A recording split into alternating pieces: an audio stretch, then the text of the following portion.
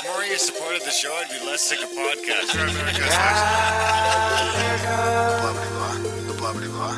Sending out good vibes. The blah blah. Good vibes. Good vibes. The blah blah. Good vibes. Good vibes. 108 breaths of deep gratitude and prayers for guidance and protection. And put on a didgeridoo and shamanic drumming track. Shivers or vibrations and stuff like that.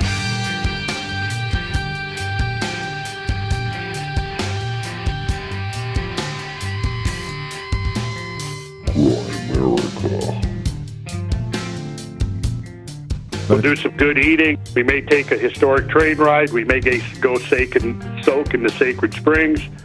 I'm going to bring, I'm a percussionist from way back, so I'm going to be bringing some percussion instruments, and we can have some, maybe a couple of late night around the bonfire wild drumming sessions. Okay, guys, welcome back to the Grand America Show. We're going to be chatting with the one and only Randall Carlson a little bit later about our upcoming adventures in Colorado in May. With him. With a bunch of friends. A bunch of buddies, a bunch of Grand Americans. Bunch of listeners. A bunch of smart people. Hopefully most of them from our show and not from a bunch of other shows. But hopefully, yeah. Hopefully don't have to go. I'm just kidding. It's looking. But no, great show. I think this is seventh time in Grand America. So good a time as any to come and check it out and sign up, become a member.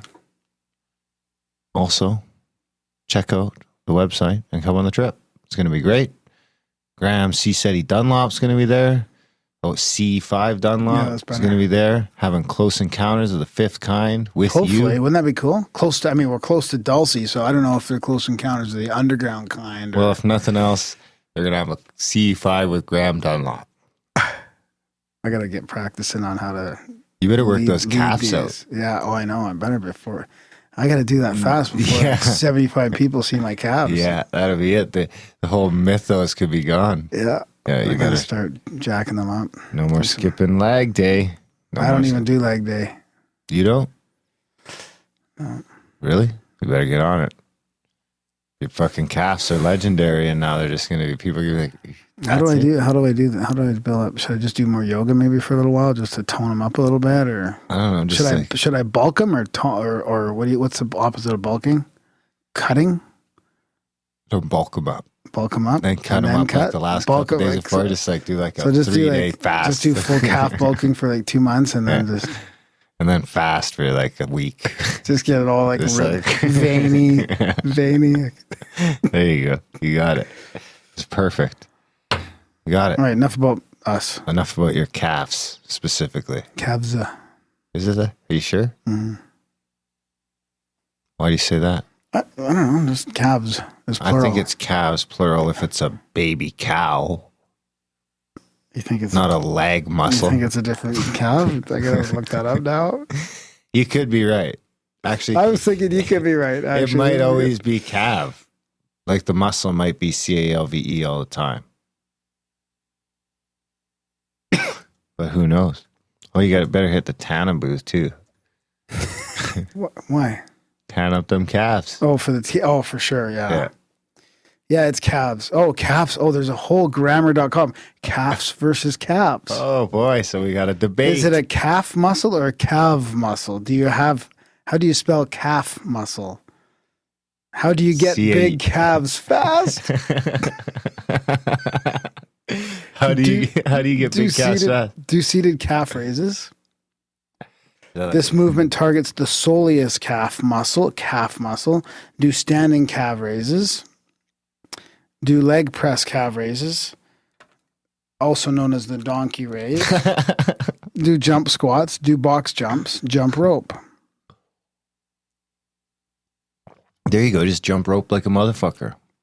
You could even jump rope here in the studio in that space. So calves is the plural. Just jump ropes. Calves is jumping rope's hard, man. I know. I could jump rope for about 30 seconds. Reminds me like back in the day, jumping rope like a mother playing double dutch at recess when I was a kid. Really? Now I was like, my kids pull out the jump rope. I'm like, oh yeah, I'll show you how to jump rope. Jump like 10 times. Tired out. It's a good workout, actually. Calves is the standard plural of calf in all its senses. Below the gluteus maximus muscle is the buttocks, or over the internal gemellus muscle in the calves. So that's the sentence. They have to provide all that other stuff in there. It's nice to know, anyway. Well, I gave you at least you found some exercises. That's right. Okay. You can try some of those out. Get on it. Yeah. Better start now. Get out a pen and paper and write this You want to down. head over and get the parcel? We should, I gotta go get the parcel. You're asking me to get up and go get it? Okay, hang on. I'll get it's okay. I'll get it. So, Next line. we're gonna talk, there's a great chat with Randall about other stuff besides the cabin, too. Oh, yeah. So, yeah. Most people don't even listen to the intro, bro. Calgary, Alberta. Next line. Canada. Next line. T2T space 5H7. That's the PO box. Why don't you send Darren some dirty socks? Cause he's got a dirty sock fetish. Why don't you send Graham some gold bullion? Cause he's got a gold bullion fetish. Send him some gold. Send him some gold. Send him some gold in the PO box. So you know what this is? Do I get to guess what it is? Sure. Because Yeah, it came in the guess. mail, a big box. I had to get it from the P.O. box. Yes. It's a bong. No. Because I don't really want a bong showing in the studio, and that's probably what it is. I left the bong in the kitchen. There hasn't been a bong in the studio once. Oh, dirty socks? Ooh, honey. Is it ghee? I bet you it's ghee. Think? I bet you it's honey. Honey. Is it honey? Really? Too bad. Manitoban honey. But, that's great. I'll be back on honey in no time because I'm just going to leave these sitting here. Is this so? This is why you want dirty socks? You know what? This is an actual dirty sock. Because I know, already went in something in the bottom of it. You didn't sneak your. I got the paws in supplies there, out did of you? it already. Before dinner. You went into the box? Yeah. Smell it. It's a dirty sock. Is that gross? Here. Darren and Graham. Oh, I can't read it till you open it. It's from James. James in Manitoba. James in Manitoba. Also known as Race Person in the chat. Oh, yeah. It's funny. I just saw him today. Did you? In there. He might be watching right now. Oh, this is going to be difficult. Do you have a knife on you? I have a gun. Don't say that. We're going to get kicked off of YouTube. Jesus, that's what you. It's That's a what's fake going to gun. do it right Replica. now. Replica. It's a replica. This is fun. We're unboxing. Don't these? Some people like make millions off of unboxing stuff. People just send gifts to the They don't do to the value for PO value. box and we'll unbox it. Oh, it smells. It smells. It's a fucking skull or something. Here. You open it now. I don't want it. You're the native guy. You're probably just. It's addressed to you. It's a skeleton, I think. Oh, that's fucking gross, man. Here, look at that. It's disgusting. It's a half of a skull. And it smells. It's all dirty. Did you know I had a freak out as a kid with those? One of those stuck in the fence? No. Did you know that? No.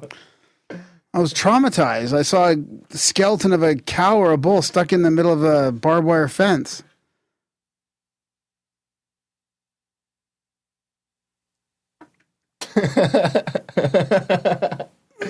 Maybe we could. Does kind of stink, doesn't it? Yeah, man. Oh my God. I'm surprised it made it here in the mail.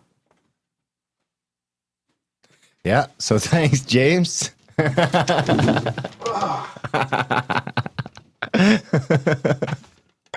looks like, is it some sort of like Darren and Graham. some sort of occult symbolism there or something with the horns? Is that like, reminds me of Baphomet or something? Darren and Graham. If the skull doesn't fit into the new space, no hard feelings Got some on. Febreze?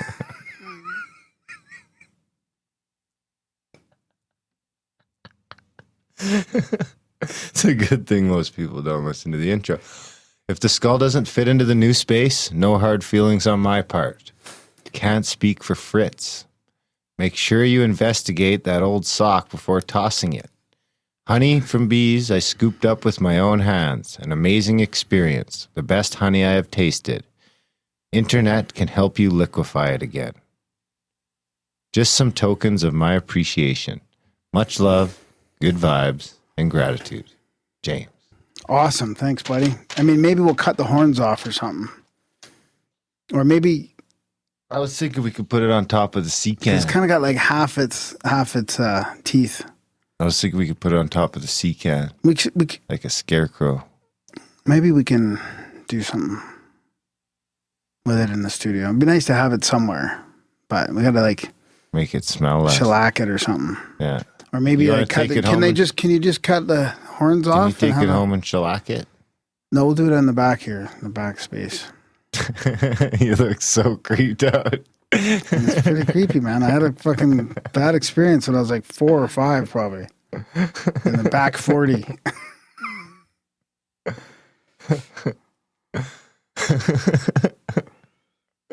All right, what do you got, buddy?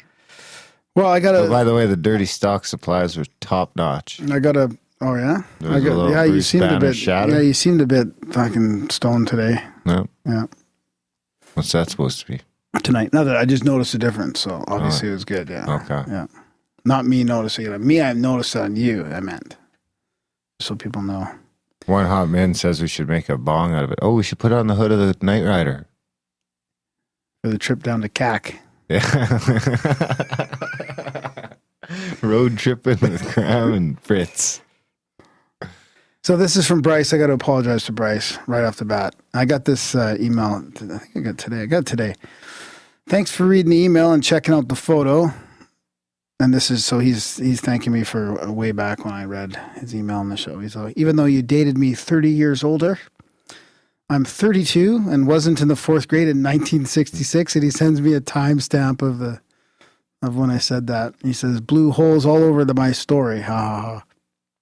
So he was actually born in or he's actually that age. I went back, I was just reading through it.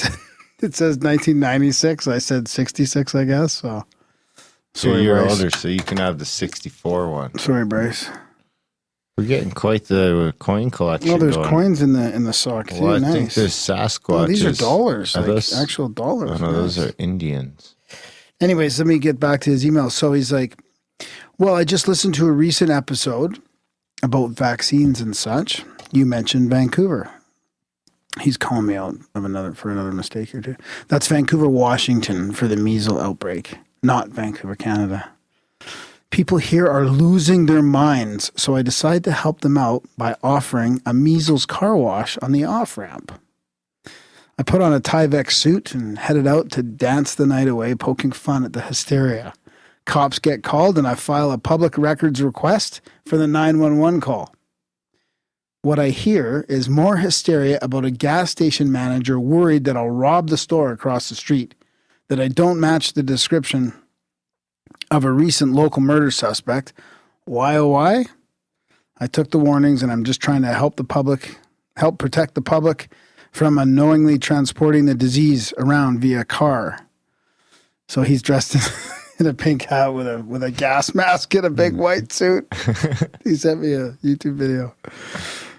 He says, it's unreal here. The hospitals have security guards at the doors rejecting entry of children and at-risk individuals. Schools are forcing staff to become current on all immunizations or take 2 weeks off.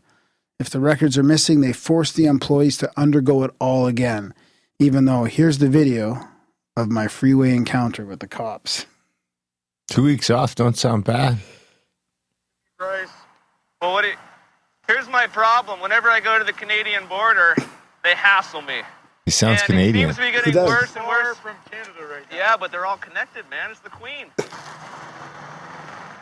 Can't be too safe.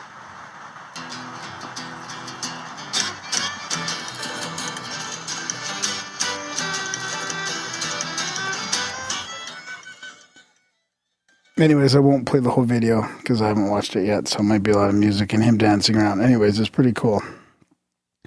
Robbery suspect spreads measles and measles spreads measles fear and meets cops. Ah. So, anyways, thanks. Excellent title. Yeah. What else you got? Oh, I think we just got a note from Race Person in the chats. Oh, what's it say? I think it was to me personally. Are you going to read it? This is a warning. Don't text me. Oh, where did it go? It disappeared. Don't text Graham anything or assume it will be read on the air. Seems like such a nice guy. Sorry to resurface your skull-based trauma, Graham. Or perhaps it will turn out to be well-timed. Planned camping, pitched a tent, went back there for the night. Crystal clear. Darkest night. Is that it? Yeah. Maybe it will turn out to be well-timed. Maybe. Maybe you just got over your fear of skulls. That's right. Or My maybe you're bono. not going to sleep for fucking a week. Could go either way. Right? I thought I told the story or something about it. No. No, he sent the message and asked if I wanted it. If we wanted it, sent a picture of it. Nice. I was like, yeah, send it to Graham. Anyhow, what else you got, buddy? Well, Should we go to the phone lines? I got another email here from somebody about that listens to Randall a lot on our show, and I thought I would read it because I just got it at 9:33 tonight. Nice. Like literally a half hour ago. Whoops. And now another edition of the Grimerican Goodies by the people, for the people. So anyways, this is from Mark, and I figured it's appropriate because he's only seen our episodes with Randall, but he'll be checking out more of our episodes for sure. So this is a trip report. I should have mentioned that. You know what's fucked up? Is I hit the trip report jingle really first and stopped it. Oh, wow. That was the one that... Oh, yeah, that's right. American Trip Report. No, I still stopped like it that. because I I like hit the that wrong jingle. one.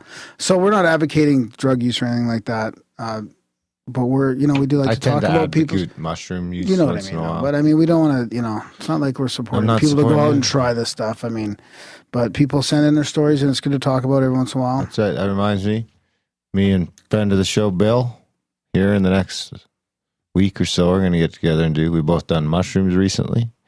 And we're going to do a nice little roundup, maybe a little semi-guide to doing mushrooms in our experience, you as well as... You feel yourselves pro enough to guide people along this journey. No, not pro, but enough to make sure you don't have a freak out. Make sure you have the stuff to feel safe, like a blanket. It's always good to have a blanket if you're going to be tripping out. Really? Yeah, I find very cozy. Yeah. Make you feel safe. Yeah. Yeah. You can check if you peed your pants without anyone telling. Yeah. It was good. Last time was a lot of caps. Ooh. Anyhow, check out the Black Budget for that. Right on. Get to it. Looking forward to that. So from age 16 to 20, I experimented quite a bit with psychedelics, particularly with an LSD analog called DOI. You ever heard of that? I think it's 2,5-dimethoxy-4-iodinamphetamine. My dad knew the manufacturer and the sheets were double dipped, so they were quite potent. I had one trip where I lived the whole week of my life while living semi-conscious on the couch for around 3 hours. That's weird when that happens. The time thing. Yes, I've witnessed this myself from time to time. I had another trip where I laid in my room listening to trance music while watching a projection or light show of what I could only describe as an intergalactic arms race / war that took place over thousands of years. In fast forward, from the perspective of floating in space a few thousand light years from the edge of the galaxy.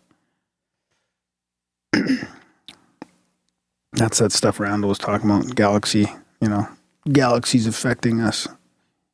Intergalactic arms races affecting us. I watched Interstellar again the other day when I was coming down off the mushrooms. Oh, yeah. Yeah.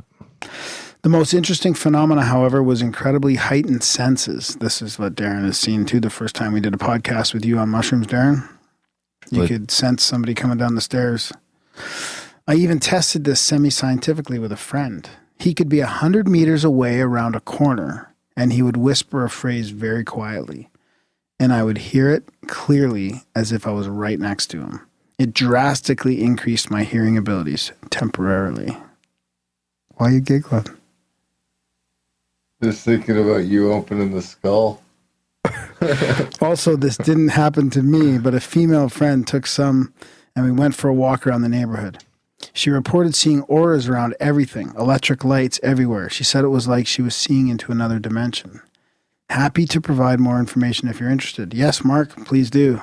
I'd love to hear more about the heightened senses in your semi-scientific work with psychedelics. Absolutely. You could get all stoned up and go on the Cat in the Box podcast and practice your psychedelic work. That's right. I hope you like this episode with Randall, and I hope you check out all our other free back episodes, all 300 and something of them. 331 episodes in the back catalog currently. At $1 a show, you know where you sit. So I got some feedback, and I got some UFO quote and some what kind of feedback? Deep state quotes and stuff too. What sort of feedback? Feedback that leads into supporting the show. Yeah, exactly. All right. Do that now? Go for it. Okay, let's see here. Where is it? I could tear up some social media too, but we could save that. Yeah, let's save that one maybe. Alex Jones has been trending on Twitter for 9 hours and he's kicked off at Twitter. Really? Yeah. Hey. Huh.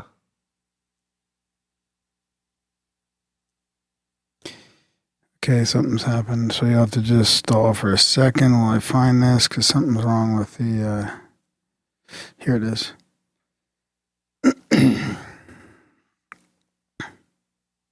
What was I looking for again? I forget. It's that short-term memory thing again. Okay, so I just got to find my spot here. Sorry about the dead airspace here. Oh, yeah, the social media. It's okay, you reminded me. With your dead air bullshit. Dead air Dunlop. That's what we'll call you. All right. I've been silent on this for some time. First, gonna get this off my chest right here. You definitely have some asshole listeners. They invest so much of their energy to ridicule, which hurts to listen to because they are investing pure, raw energy into negative returns. I just think of our conditioned minds have difficulty cognizing that our energies vested always reap abundance. Where we give our attention and focus is what comes back in droves. Whether that abundance is struggle, scarcity, or source, we make those decisions. Speaking only for myself and experience here, and my experience here. I don't know. I don't find we have too many negative people. Ridicule, I don't think so. but We he try just not might. to as a rule. Yeah, but I think he just might mean people don't support the show or something. Those motherfuckers. Well, you No, you can be negative once in a while. Yeah, totally. You're pretty negative, Yeah. Nancy. Really? Yeah, a little bit. In the show or Well, almost outside of the show? Yeah, it creeps in. Yeah, it creeps in. In. You're all triggered. Yeah, I Storming was it thinking up. about that as I was reading that. I was like, Yeah. I gotta get out of that state. That's it. I began supporting you a while back because I was led to. Intuitively led by an assurance, and this is in quotes, That we support won't here. spend his money on blow. Support here shifts economic understandings in the morphic field. This is a worthy contribution which will return to you. Brother, I was homeless and struggling, but made the leap. The weeks following, I noticed a clear shift in my mental space. No matter what went wrong, I had this thing I was doing, contributing where it was appreciated.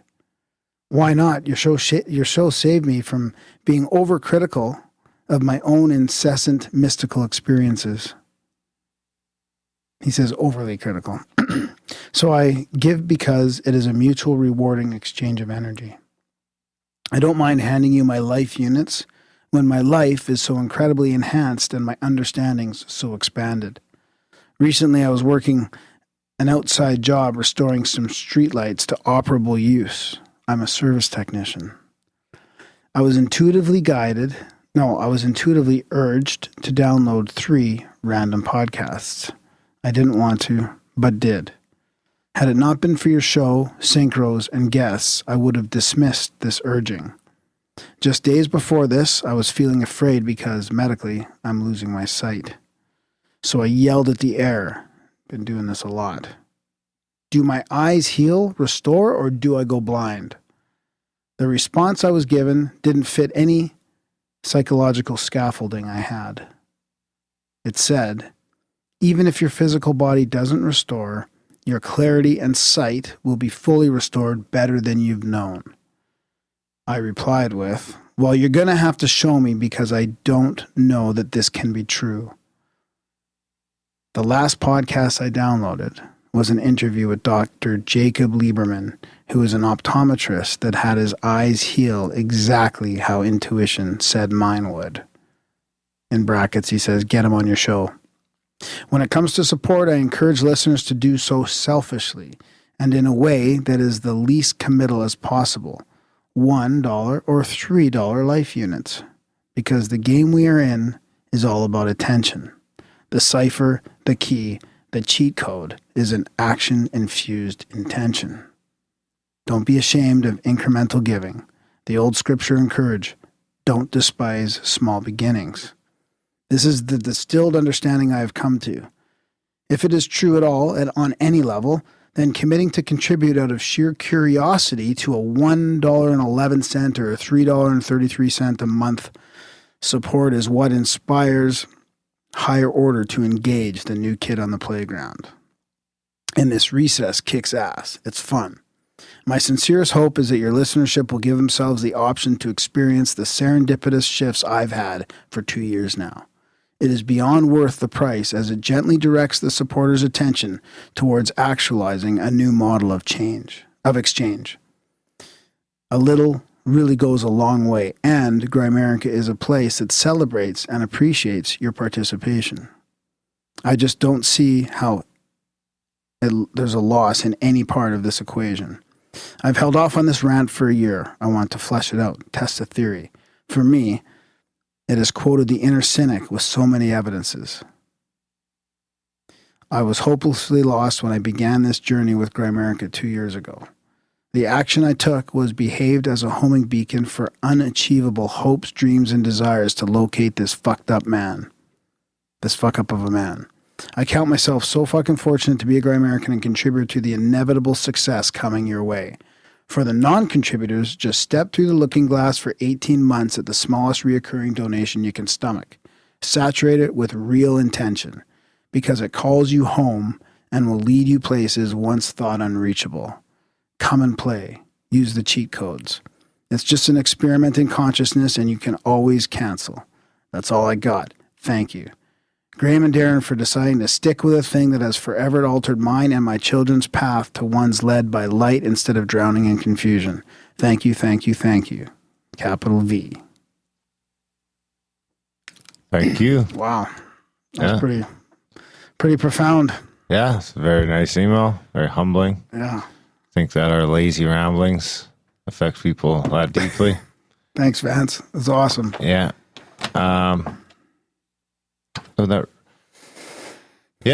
So see, Darren's speechless. What he said. Support the show. There's a bit of a synchronicity too. I mean, there's even a deep synchronicity in buried that the 3 random podcasts, the eye doctor that healed his sight after he asked that. I mean, this is just nonstop stories like this of people.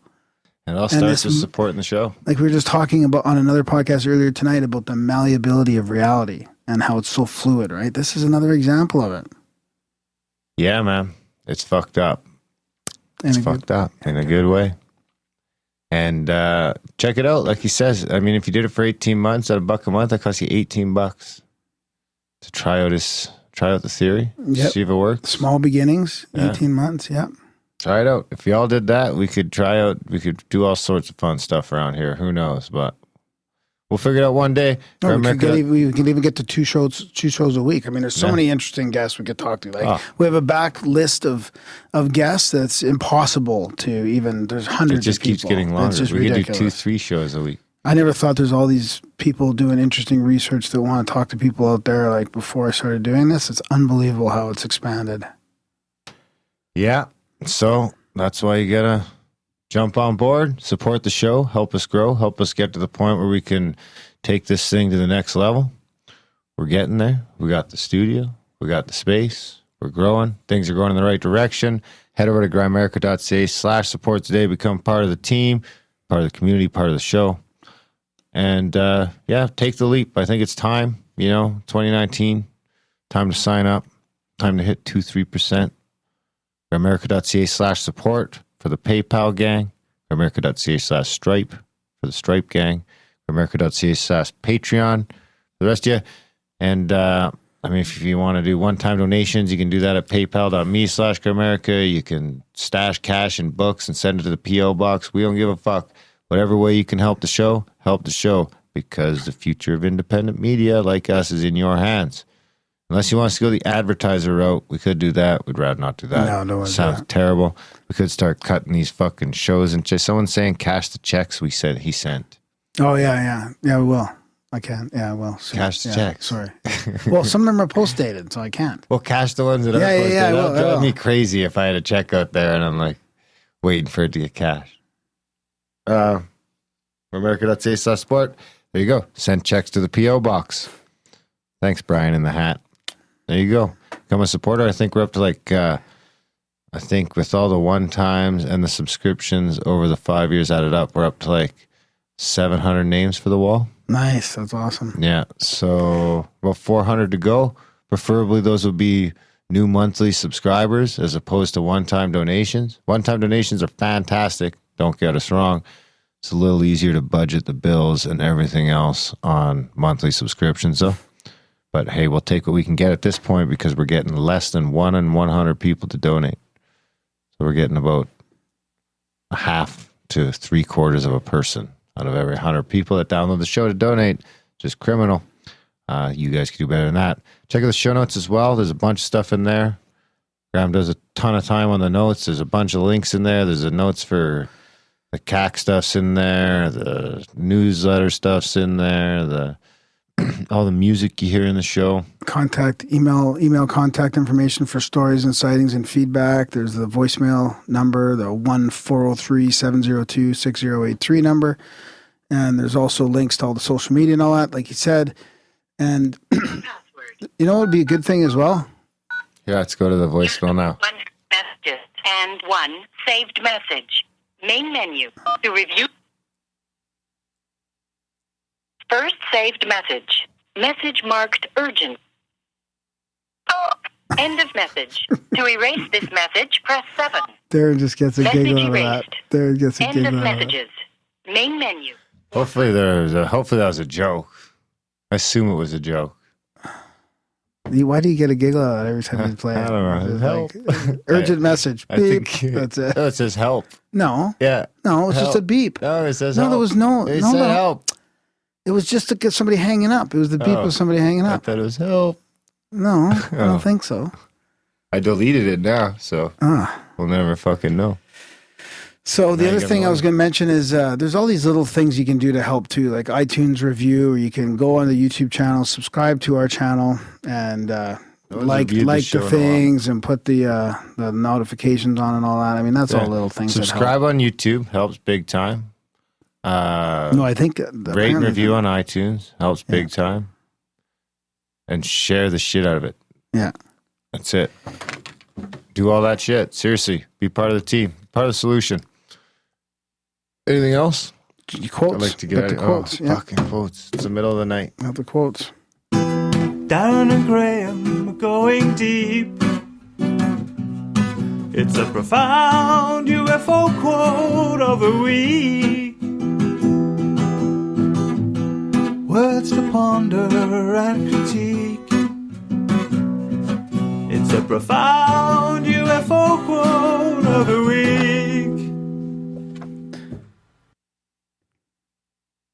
Where are we going, UFO or Charlie Robinson? UFO. Not Charlie Robinson. Oh, yeah. Certainly when I socialized with my RAF colleagues, that's the Royal Air Force. Thanks, Tips. I would find that they were a little bit more receptive to the idea of UFOs. And by that, I mean perhaps even an extraterrestrial explanation for this than you might have supposed. One of the reasons for that was that so many RAF pilots have actually seen things themselves. Many of them have never made an official report. I had one chap tell me that he had seen something over the North Sea. I asked him why he hadn't reported it, and he said, I don't want to be known as a flying saucer Fred for the rest of my career. And that was our buddy Nick Pope, Nick Pope, been on the show. Headed up the UFO desk at the Air Secretariat, 2-A, British Ministry of Defense from 1991 to 1994. And was also on the Grimerica show before we started numbering the shows. Oh, was it that far back? I can't believe that. June 29th, 2014. Okay, here's a quote for Darren to guess. It's from The Octopus of Global Control. Am I shooting about 50%? Yeah, a little better than that, I think. I think they're 60. 2 for 3 so far, or 2 for 4 maybe. I can't remember. Let's go 2 for 3. It's by Charlie Robinson. The individual is... Friend of the show, Charlie Robinson. The individual is handicapped by coming face to face with a conspiracy so monstrous he cannot believe it exists. The American mind simply has not come to a realization of the evil which has been introduced into our midst. It rejects even the assumption that human creatures could espouse a philosophy which must ultimately destroy all that is good and decent. That's got to be, is that the dude we had on the show? No. Federal It's a pretty famous guy now. Who? That quote is a famous guy. Yeah, who is it? He was a director of the FBI. Oh, Hoover? Yeah. Yeah. J. Edgar Hoover. That's from the first director, the Federal Bureau of Investigation, the Elks magazine, 1956. Nice. Yeah. I like it. Is he dead now? I think so. Probably, must be. He'd be commenting on shit right now if he wasn't dead. And this one's from our fairly recent guest, Mark Gober, from an end to upside down thinking, dispelling the myth that the brain produces consciousness and the implications of everyday life. I never liked to get into debates with skeptics because if you didn't believe that remote viewing was real, you hadn't done your homework. Ingo Swan? No. That was Major General Edmund R. Thompson, Army Assistant Chief of the Staff for Intelligence, 1977 to 1981, and a Deputy Director for Management and Operations, DIA, 1982 to 84. Bingo bango, 1984 is a motherfucker. That's the year it all comes down. The other day was a day that was as many days after 1984 as it was before 1984 that... the book was read? The book was written. Written, right. Wow. Probably read as well. That was a few weeks ago. Nothing crazy happened. So, anywho, that's all I got. Tired. It's late. Long night of podcasting. We just finished interviewing this great chat with Randall Carlson. You guys should enjoy it. Anything else? No, that's about it. Enjoy the chat. One and only Randall Carlson.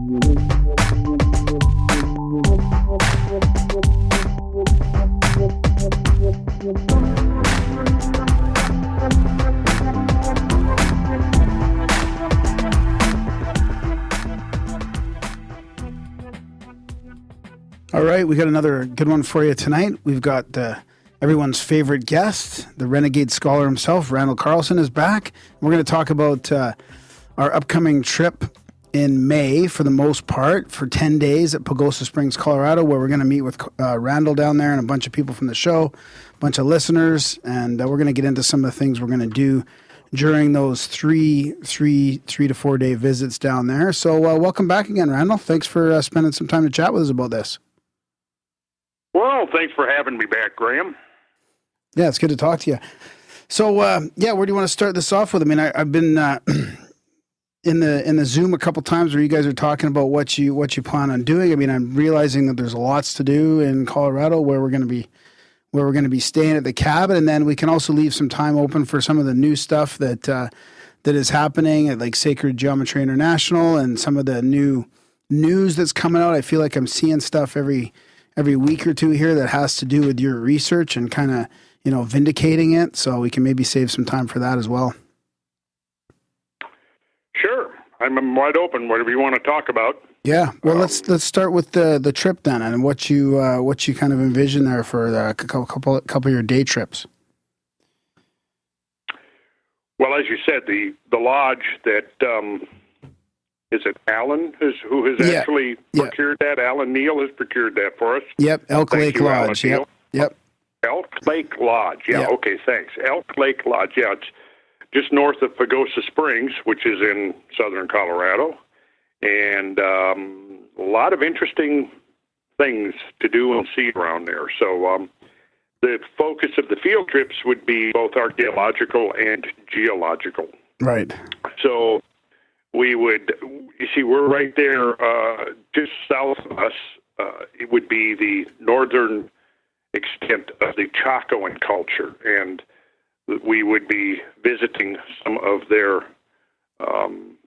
places of habitation, some of their sacred locations, some of their observatories, like Chimney Rock, which would be very close to where we would be staying, is two large pinnacle rocks that were used as sighting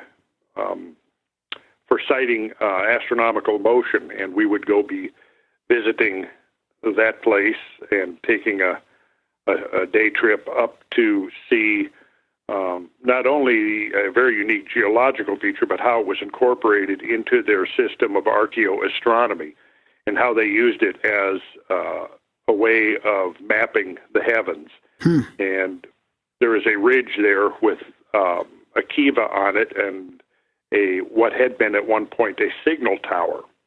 And the signal tower would be a place where the people could build a large bonfire that could be seen from a far distance away. And where we would be at would be the northern extent of a whole roughly 10 or 12,000 square mile in extent infrastructure that was built by these people between probably, I would say, 2,500 years ago down to about 800 years ago. And it consists of a whole series of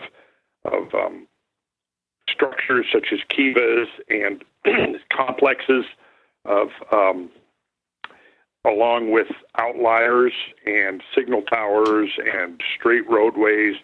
And we won't have a chance to get fully down into the extent of it, but we will be seeing some of the northern rim of it there at Chimney Rock and at Mesa Verde.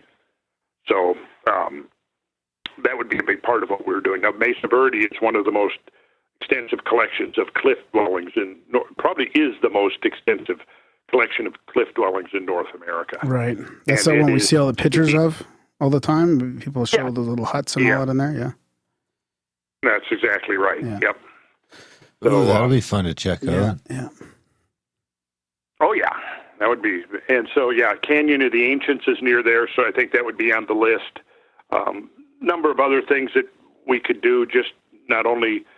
So I like to break things up when we do these excursions and have not only the research and the quest for interesting sites, but also to do things that are fun, such as maybe we could spend a day on the riding up the San Juan River Valley on the Durango.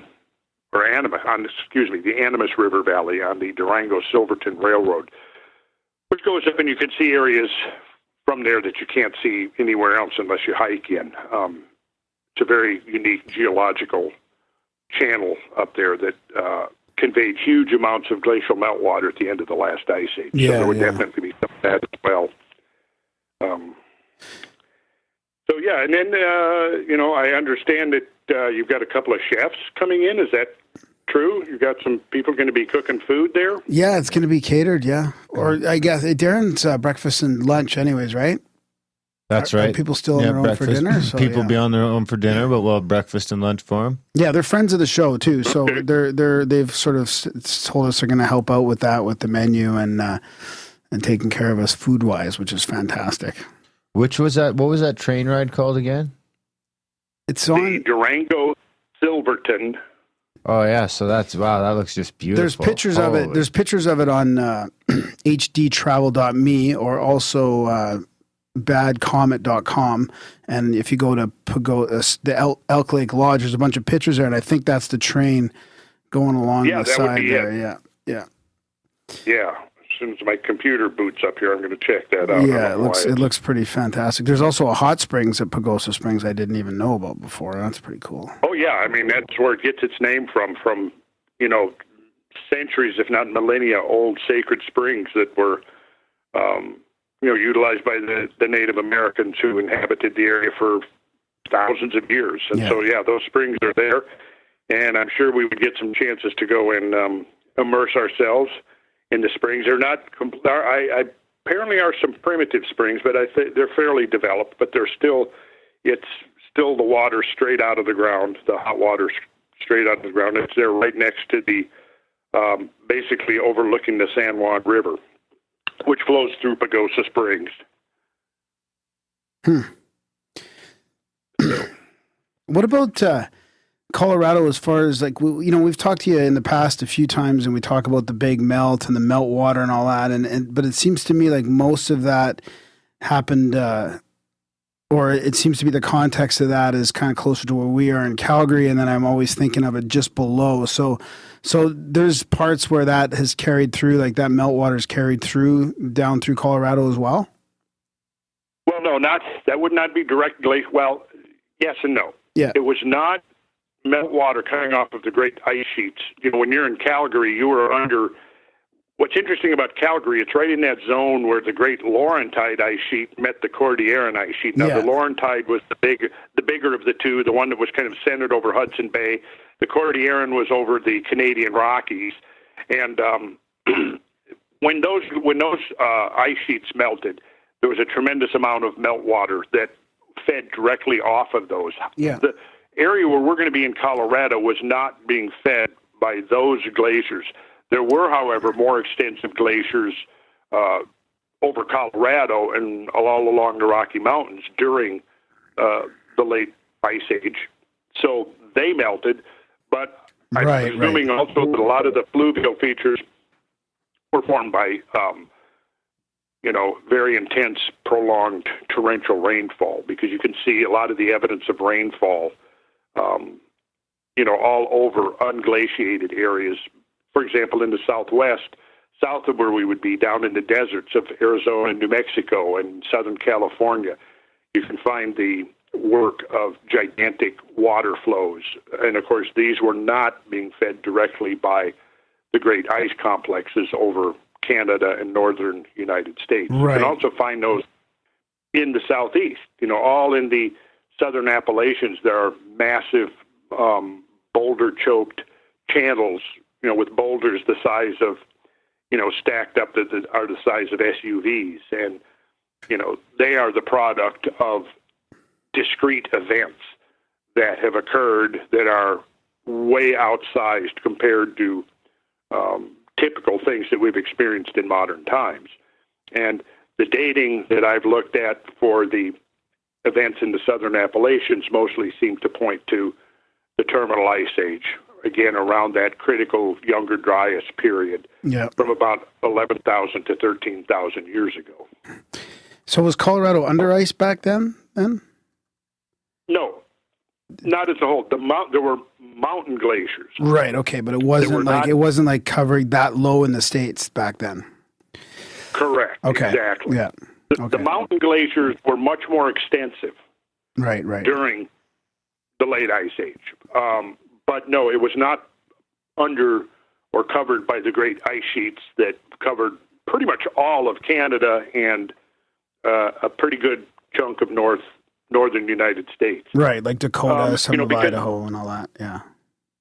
Yeah. Northern Idaho was under the ice sheets. Northern Washington State, northern Montana, North Dakota, northern Minnesota, northern Wisconsin, all the way down to east, like around the Mississippi. Yeah. The ice came as far south as it came. It didn't come as far south in the western states as it did around the central states. Just because of the lowland and the topography made it easy for the ice to migrate down south. So some of the earliest ice ages came almost as far south as, like, say, St. Louis. But yeah, so those glaciers, for example, when they melted, you had huge volumes of meltwater coming down the Mississippi River. You had huge volumes coming down the Missouri River. You had tremendous volumes of water coming down the Columbia River. All three of these rivers, and the Ohio River as well, all four of these rivers headed onto the southern margin of the Great Ice Sheet. So when the ice melted, it was feeding water directly into these river valleys. Whereas if you go down to in the area where we're going to be, like by the San Juan River, the Rio Grande River, the Animas River, they were not being fed by the Great Ice Sheets. They were being fed by more extensive mountain glaciers. But I think that the extent of the flooding, like when we go through Durango, we'll see Durango's actually built in a channel that has these massive terrace formations. And, what we're going to do is we will have not only the field trips, but we will do multimedia presentations to show people and exactly, what it is we're looking at, how these features were formed, so that then when we go out in the field, we'll already have some of that background knowledge. So we're going to incorporate both. We'll do like slideshows, possibly videos where we'll show, okay, here's a particular feature, here's an animated clip showing how it formed. Then the next day we'll go out and we'll see features that were formed of those kinds of, That makes it more interesting. I mean, people see this stuff all the time, but they have no framework for understanding what they're looking at. Yeah. So that's what we're trying to remedy here. We're trying to teach people to see the world through new eyes and to understand and recognize that there are these tremendous features all around the planet that are the legacy of these tremendous world-changing events. Yeah. And out there, Colorado, where we're going to be, is not immune from that. And much of what we'll be looking at will be the consequence of tremendous events. And then, then we'll be able to just hang out around a fire in the evening, and I think there's so much more than just the geology and the archaeology to talk about too. We had you over at the studio there a few years back, and I'm looking forward to some of those sort of esoteric conversations and stuff like that were just great, and we could do it. It'll be a little warmer down there. Well, mind you, we're here in the summer. It wasn't so bad, but we can light a big old fire. Oh yeah. Well, we'll have a bonfire and kind of relive what it was like to be on one of the Chacoan people up lighting the signal fires, the bonfires to signal. That's another interesting thing that we could do as a future excursion would be to explore, because where we're going to be is we're going to be on the very northern rim of the Chacoan culture, but it filled the whole San Juan Basin of New Mexico and then spilled over, into Arizona and southern Utah. And there's a whole complex of these ceremonial centers and these outlying sites that are apparently used ceremoniously, and these signal towers, which were dotted around the desert, spaced far enough apart so that you could basically, and the whole complex appeared to be centered on Chaco Canyon. So there was actually a signal tower on the rim of Chaco Canyon. If a bonfire was lit on this prominence, it could be seen for 10, 12 miles away. And there would be another signal tower over there at these other locations. And when the central signal tower was seen near Chaco Canyon, other bonfires would be lit on top of these other prominences that were these signal towers. And within a matter of probably literally minutes, you could get a whole network covering of these fires that could be seen over an area of 10 or 12,000 square miles. And so when we go to Chimney Rock, that will be one of the northernmost Chacoan outliers that was used not only as an astronomical observatory, utilizing these really unique natural prominences, these natural rocks, pinnacle rocks, that's what I'm trying to say. It was also a signal tower, and you can actually see the remnants of the signal tower. And there are, I mean, last time I was there, I think, which was 5 or 6 years ago, you could actually see where the burnt timbers had been up on top of this mountain. So then that particular signal tower could be seen 20 miles to the south. You couldn't see it directly from Chaco Canyon, but you could see one that was 10 or 12 miles north of Chaco Canyon. And then when that bonfire was lit, you could see that fire from Chimney Rock. Wow. That's like right out of Lord of the Rings. Like that's what they show like in these big fantasy epic movies. That's how they communicate, you know, all these signals like getting spread all the way along. Sequence, I think it was in Return of the King, wasn't it? Where they were using the signal towers. Yeah, I mean, it's pretty much the same system. Yeah.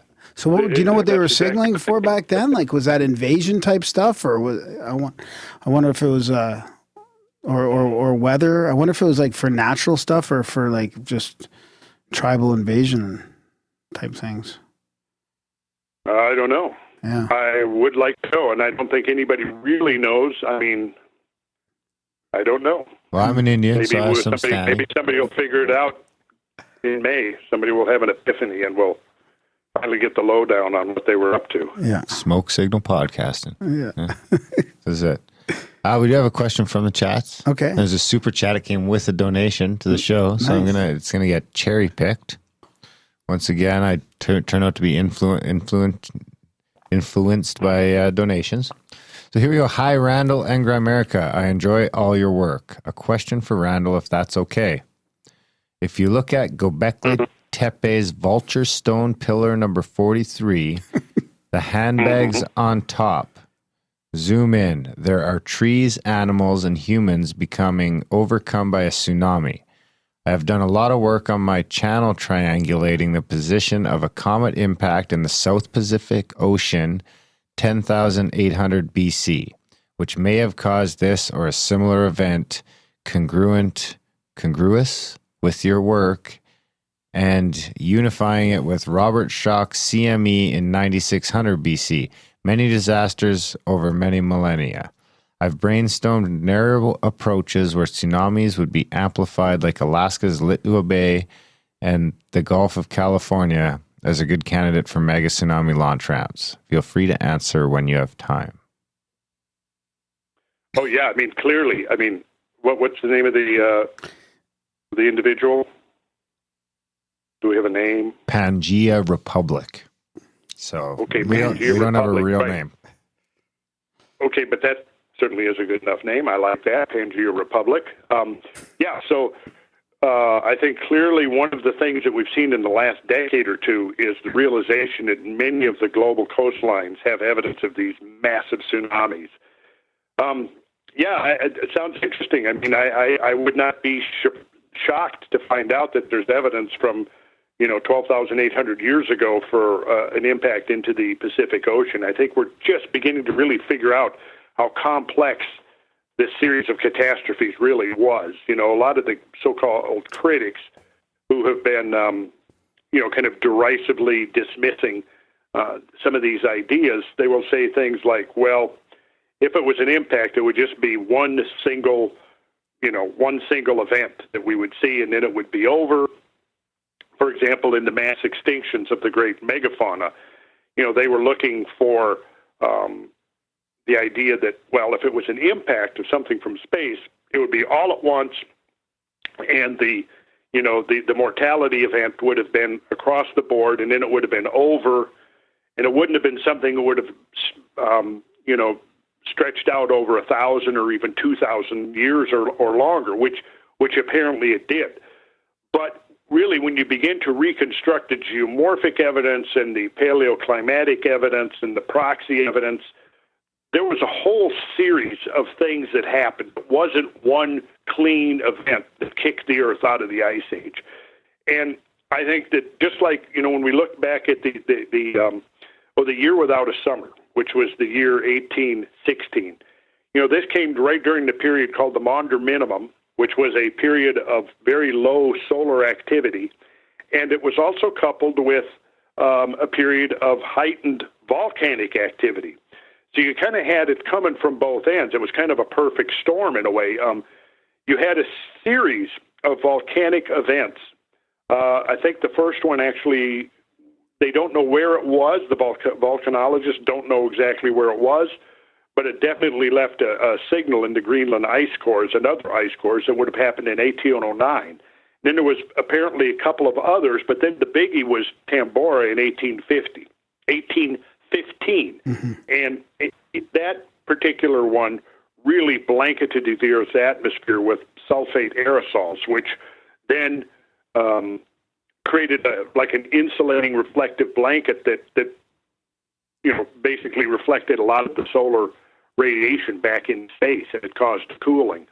But then that occurred at the same time, basically, as you had this period of low solar activity. Now, it's interesting, there's some work out there that I haven't really had a chance to fully investigate yet. It's very tantalizing and suggestive, which is this, that it seems there may be a correlation between times of low solar activity and heightened volcanic activity. What the correlation would be there, I'm not sure, other than perhaps during a period where there might be several decades of diminished solar activity, there may be enough of a cooling within the lithosphere that it could cause a volcanic reaction. I'm not sure what the explanation would be, if the correlation is spurious or there is actually something there. We certainly do know that during the deglaciation, there was very intense volcanism going on, because I have pictures, photographs of where you can see thick layers of volcanic ash sandwiched in between flood sediments when these gigantic mega floods were going on. What was the solar activity like then? Well, it was apparently doing some very strange things from what I've been able to find out. It seems like there was a period of increased solar activity, but then that was causing the warmth. You see, just prior to the onset of the Younger Dryas, you had about a 2 millennium period where the climate of the Earth was undergoing a gentle warming. That warming was consistent with the Milankovitch forces, which is the result of three factors involved in the geometric relationship between the Earth and the Sun. And as those factors change, what happens is it regulates the amount of solar heat that reaches the Earth. In some periods of time, it allows an increase in warmth, particularly in the northern hemisphere, and in other times it's a decrease in warmth. Now, the Milankovitch cycles or the Milankovitch forces usually play out over millennia, right? And what we see at the end of the last ice age is consistent with the gradualistic models of Milankovitch warming. This was named after, what was he, Czechoslovakian, I think, mathematician named Milutin Milankovitch. Anyways, what old Milutin found out was that you would have times where the forces would amplify each other, and at other times the forces would cancel each other out. And what I'm talking about here now is, for example, the distance of the Earth from the Sun, having to do with the changing ellipticity of its orbit, the obliquity of the ecliptic, which is in the precession of the equinoxes, the precession of the Earth's axis. These three interacting forces, like I said, can amplify the solar effects, or they can dampen the solar effects, right? What we see in the last couple of millennia coming up to the sudden Younger Dryas transition is that the climate was warming. And so if you go back 1718 to 20,000 years ago, you're in the period called the late glacial maximum. and that was the coldest depths of the last phase of the Ice Age, and it was also the most extensive distribution of the ice sheets. And it was during this time when the Cordilleran and the Laurentide ice sheets coalesced right around Calgary, right? Yep. When the warming began, both ice sheets began to shrink back. And this is most likely the time when the ice-free, so-called ice-free corridor would have opened up between the two great ice sheets and allowed migratory passage through that corridor. And for a long time, this ice-free corridor was part of the models of the peopling of North America, that the progenitors of the Clovis people came across the Bering Land Bridge. They wouldn't have been able to migrate southward during the peak of the Ice Age because you basically, you get to Alaska and there would have been a giant wall of ice. But after a couple of thousand years of this Milankovitch warming, it apparently opened up enough of a corridor between the two ice sheets that you could have made passage between there.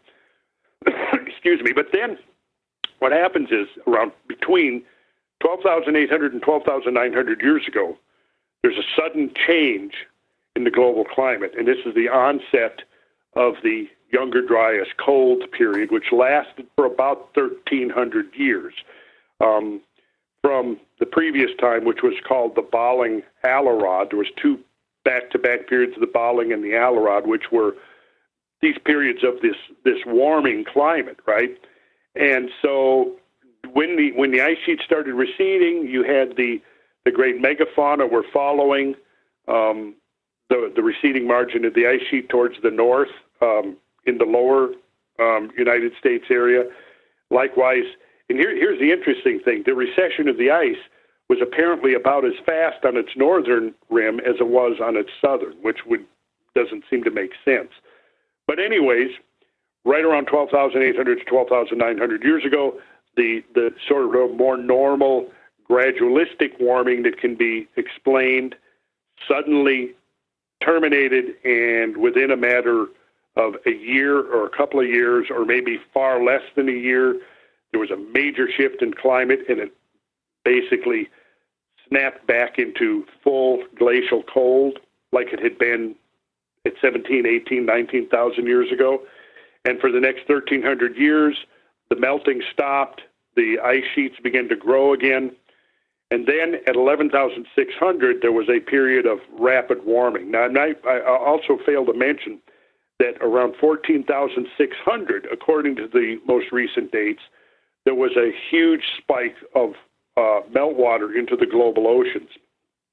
Now, I think we have to look at some of the dating during those periods with a little bit of skepticism, because for one thing, in the case of an asteroid or comet impact, you could also have a much larger influx of radioactive carbon into the Earth's atmosphere, and that could bias the radiocarbon dating from that period of time. So I think that we're still going to have to spend a fair amount of time trying to work out the specifics on these dates of these transitions. I'm not convinced that the first meltwater spike, which is called meltwater spike 1A, actually did occur at 14,600 years ago. But again, we don't know for sure. Maybe it did. It's just that we need to be careful about the dating of these transitionary episodes. So anyways, there were two very large meltwater spikes into the global ocean that sort of bracketed the Younger Dryas cold spell. And it was during this roughly 1,300 years of the Younger Dryas cold spell that we see the disappearance of the Clovis culture in North America and the collapse of the great megafaunal species. Now, did all the megafauna die at once? No, they probably did not. But here's the thing. We may be looking at an event that really was a period, we may be looking at a time where it can best be described as a period of clustered bombardment, not just a single episode. So that may be a false explanation. That may be actually a sort of a straw man argument that the skeptics are making by saying, well, we know that the megafauna actually disappeared over a couple of thousand years. Well, the point is that if humans did not hunt the megafauna to extinction, which I certainly don't think they did, then what did cause the extinction, right? So I think the evidence that we're accruing and accumulating at this time is going to show that there was actually a period there of maybe 2,000 years where the Earth was subjected to multiple episodes of bombardment. And the way you would explain that is by Earth running into a stream of debris from a large disintegrating comet. And this perhaps happening on multiple occasions. Just like, each year Earth now runs through the streams of disintegrating comets, right? But usually the material that the Earth is transecting, the band of material, is very small, fine material. And it's this material that basically makes the famous meteor streams like the Leonids or the Taurids or the Geminids or the Aquarids or some of the famous meteor streams that you can go out and see. You have the Leonids, which occur around in late November. You have the Geminids that occur, or you have the Taurids. The most likely candidate for a progenitor comet that could have broken up and spawned a stream of debris would have been the precursor to what is now Comet Encke and the Taurid meteor stream. Yeah, I got a couple. Based upon the yeah, go ahead. I got a couple questions.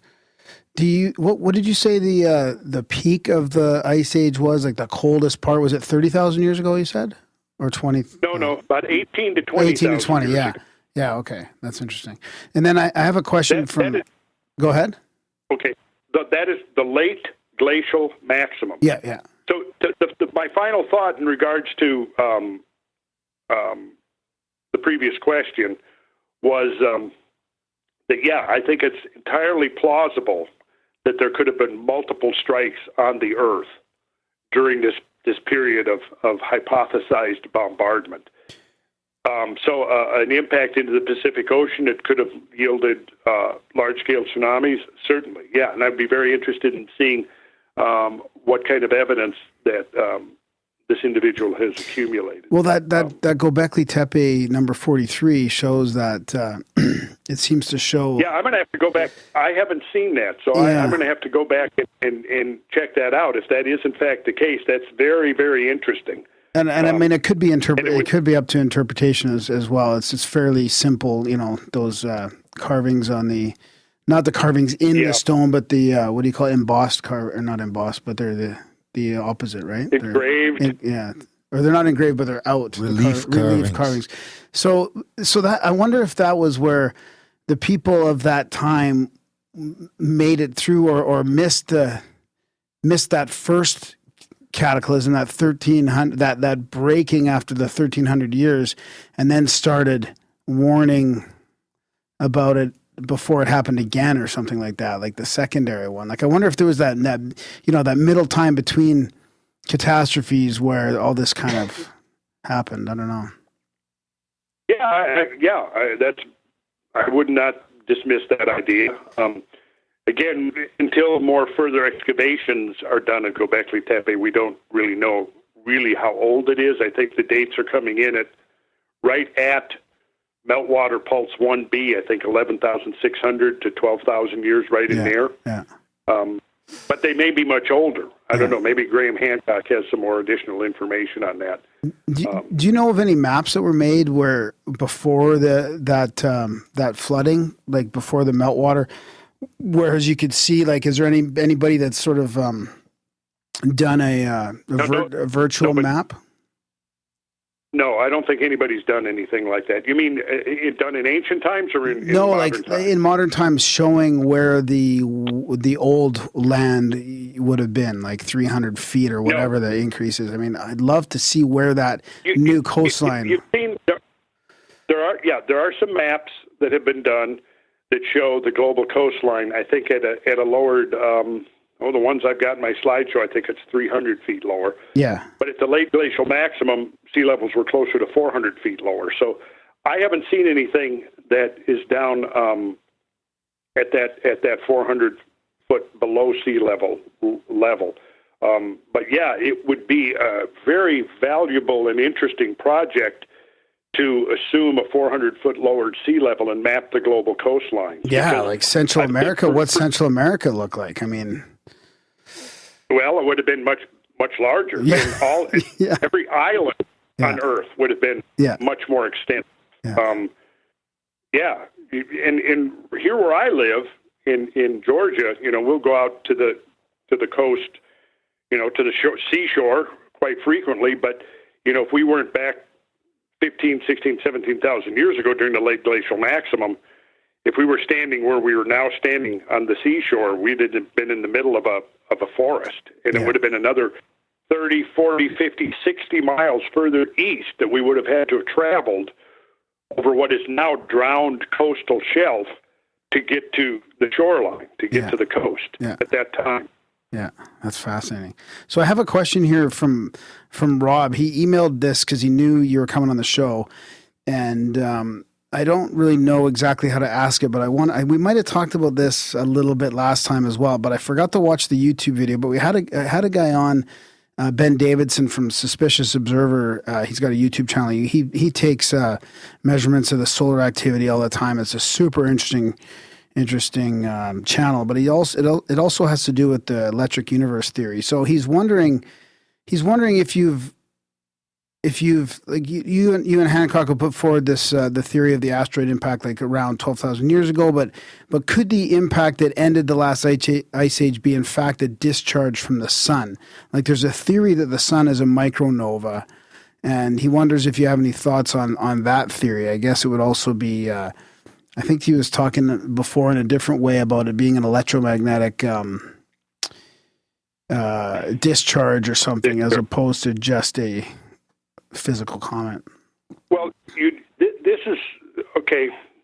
I can't say at this point that I'm knowledgeable about the electric universe theory, only because up to this point, the evidence that I've been looking at has not demanded that as an explanation. I'm not saying that isn't an explanation. I'm going to lead towards it was a celestial object, either asteroidal or cometary in nature, simply because of the nature of the proxy evidence is consistent with what we know. I mean, we know there's a platinum spike. There's an iridium spike. There are magnetic brains, microspherules. Every one of these things is known to be consistent with an actual impact event. Right. Now, Robert Schoch, his hypothesized that, yes, it was it was a massive coronal CME or coronal mass ejection that caused it. Now, one of the things I've gotten really interested in is I guess you'd say it's sort of the dynamic solar system model. And the idea there is that the solar system is an interactive machine, if you will. And even small things that happen in one part of the machine can have large-scale effects throughout the course of the whole solar system. And so one of the things that I've really gotten interested in is over the last 20 years with the deployment of solar observing satellites, one of the discoveries that kind of came unexpectedly out of the blue was the number of sun-grazing comets that were discovered. Huge numbers, far in excess of what anybody had even imagined had existed. And many of these comets seem to fall into the sun. And interestingly, even though the comets are minuscule relative to the mass of the sun, they seem to trigger effects that are completely out of proportion to the scaling between these sun-grazing comets and the sun itself. Of course, what's happening is they're accelerating to such high rates of speed as they're falling into the sun that they plunge deep through the solar chromosphere. And one of the things that has been observed and witnessed now in the aftermath of a cometary impact into the sun is large-scale upwelling of plasma, vorticular plasma that will oftentimes burst out in the form of coronal mass ejections. Now, that, to me, could perhaps provide a link between two great realms of phenomena here. On the one hand, we've got impacts of asteroids and cometary and/or cometary material affecting the Earth. On the other hand, variability, a variable sun affecting the Earth, and the idea of solar storms. I mean, we know that a solar storm that could happen again, like that would be similar to the Carrington event that happened back in the 19th century. If it happens now, we're in trouble because it could fry most of the electrical circuitry on Earth, or at least on the side of the Earth that is facing into the solar storm. And that could cause major economic consequences. I mean, you know, if imagine that the whole communications grid suddenly goes down and it takes a month to rebuild the thing. I mean, that could be pretty devastating, and that would be just a very minor. I mean, I'm thinking within the scale of potential phenomena, the Carrington event was probably relatively minor. But what I'm getting back to is if there was a period of enhanced influx into the solar system somewhere, you know, tens of millennia ago. And here's one of the models. This is the British neocatastrophists, Victor Klube, William Napier. I think there's an Australian astronomer, Duncan Steele. There's about a half a dozen of these guys that have been studying comets and their behavior and their interaction with the Earth. They're the ones who pretty much came up with the scenario, and it's supported by like 30 years of accumulating evidence that perhaps between 20 and 30,000 years ago, a very large comet came into the inner solar system from the cometary, the theoretical cometary reservoir of the Kuiper disk, because comets that would be engendered from that domain would tend to be their orbits would follow close to the plane of the ecliptic, whereas if they're not coming from there, if they're coming from deep space or coming from the hypothetical Oort cloud, they can come in all angles to the Earth's orbital plane around the Earth. But if they're coming from the Kuiper disk, or the Kuiper belt as it's called, they would be coming in on a pathway that would carry them low, so their angle of inclination to the Earth's orbital plane or plane of the ecliptic would be low. So therefore, when it starts breaking up, that debris gets strewn throughout in a belt of debris that could intersect, rather, I should say, Earth's orbit. So picture a very large comet coming in, and we're talking about a cometary nucleus that might be 50 to 100 miles in diameter. It begins to break up, and it begins to spawn several meteor streams and several actually smaller comets and asteroidal-type bodies that are now in this orbit around the sun.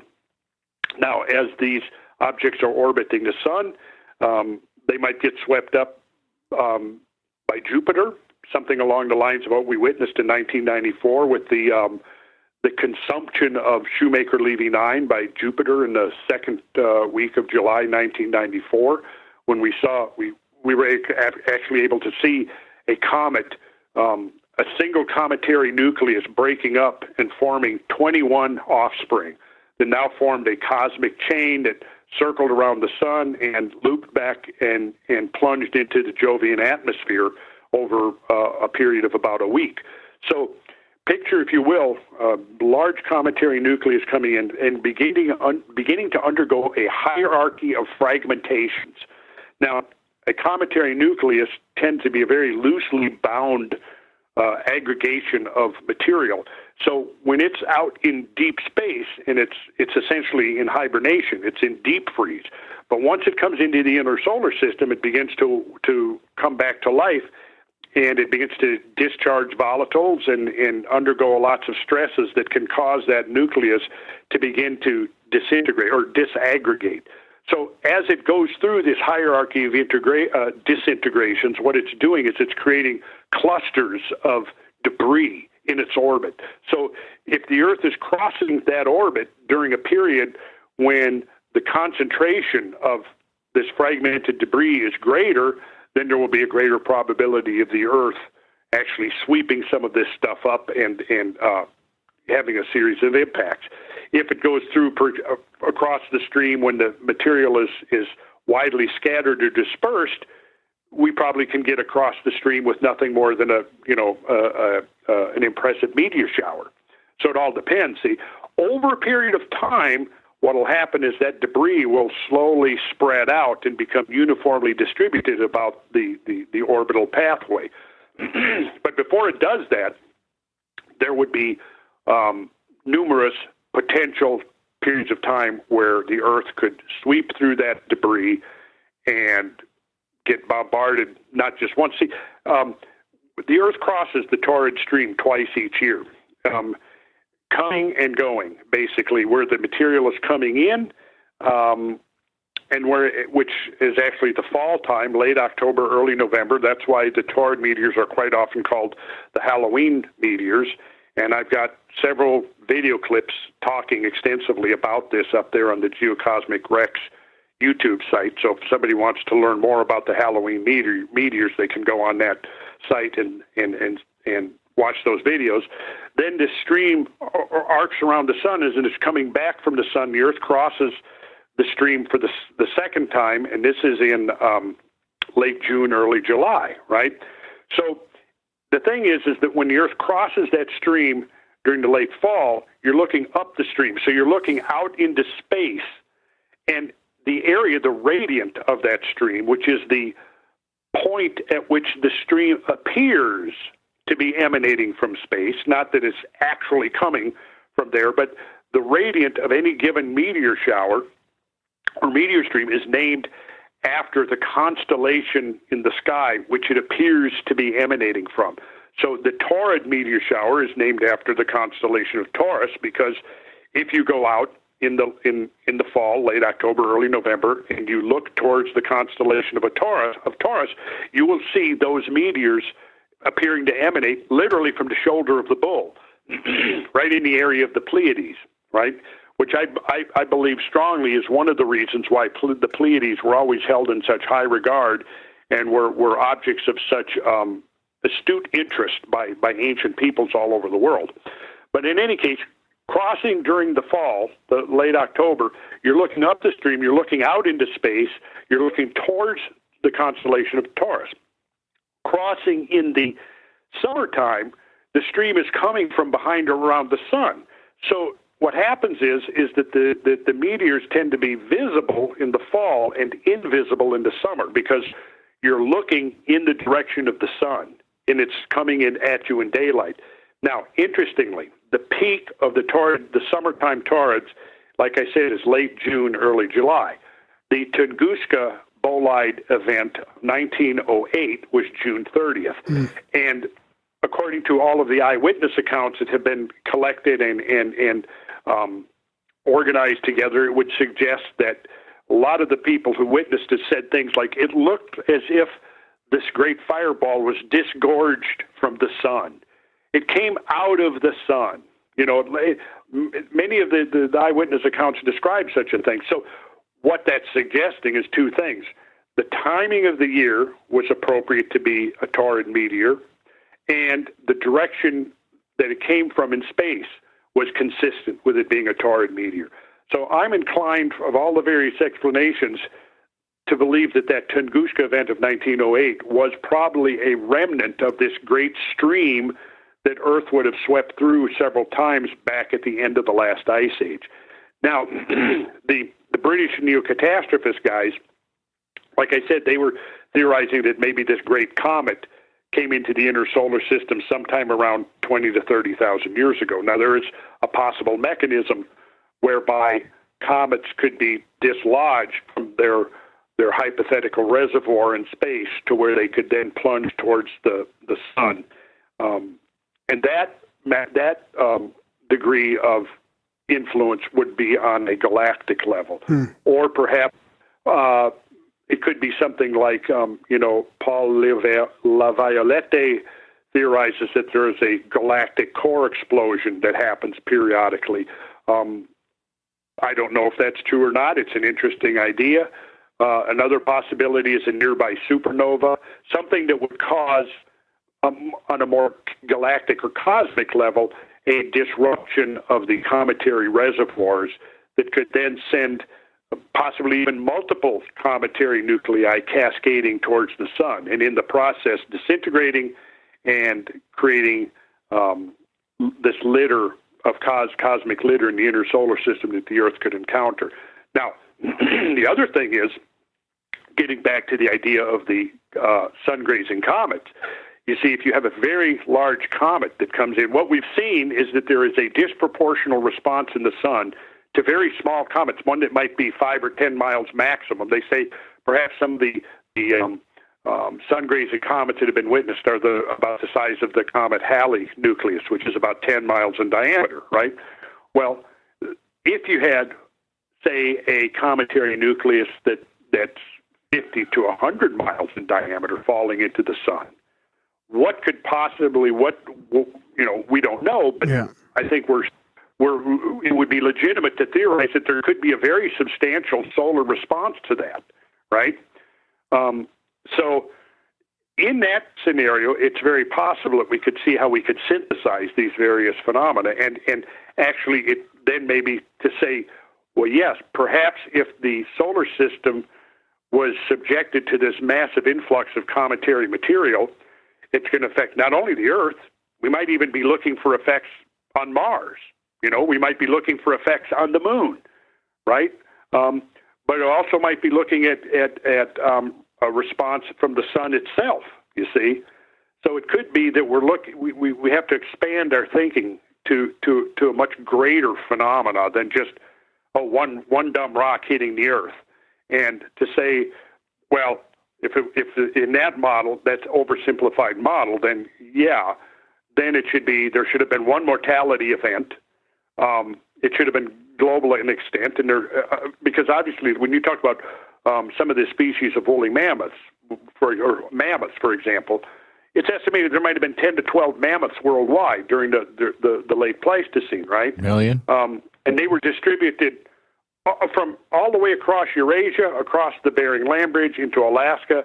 They ranged in the unglaciated southern United States. They were in Central America. Mastodons were in southern United States. They were Central America. They were South America. Yet they went extinct over the entire globe. And it wouldn't have taken many at all. I mean, think about American bison. There were millions of bison roaming the Great Plains, when the Europeans arrived, maybe, in 1800, 1850, in that period in there, right? Around the turn of the 20th century, the numbers of bison had been reduced to just a couple of hundred individuals. But now that particular species has rebounded to the extent that you can go into any grocery store and buy a bison burger, right? So if you were looking back 10,000 years from now, you could completely miss the fact that the American bison came within a hair's breadth of extinction, right? So what I'm getting at, though, is that if you have to exterminate, you see, you can't even have a single mating pair survive, or at least, even a half a dozen or a dozen mating pairs, because that is enough to reestablish a species. You have to kill every single individual of the species, or the species will survive and it will procreate and replenish the species. But in the case of over 100 species of mammal at the end of the last ice age, they did not survive. Now, it's one thing to say, well, Paleo-Indian hunters in a blitzkrieg assault wiped out the mammoths worldwide. I've gone into the research that I've been looking at, trying to get a handle on, well, how many people occupied the Earth at the end of the last ice age?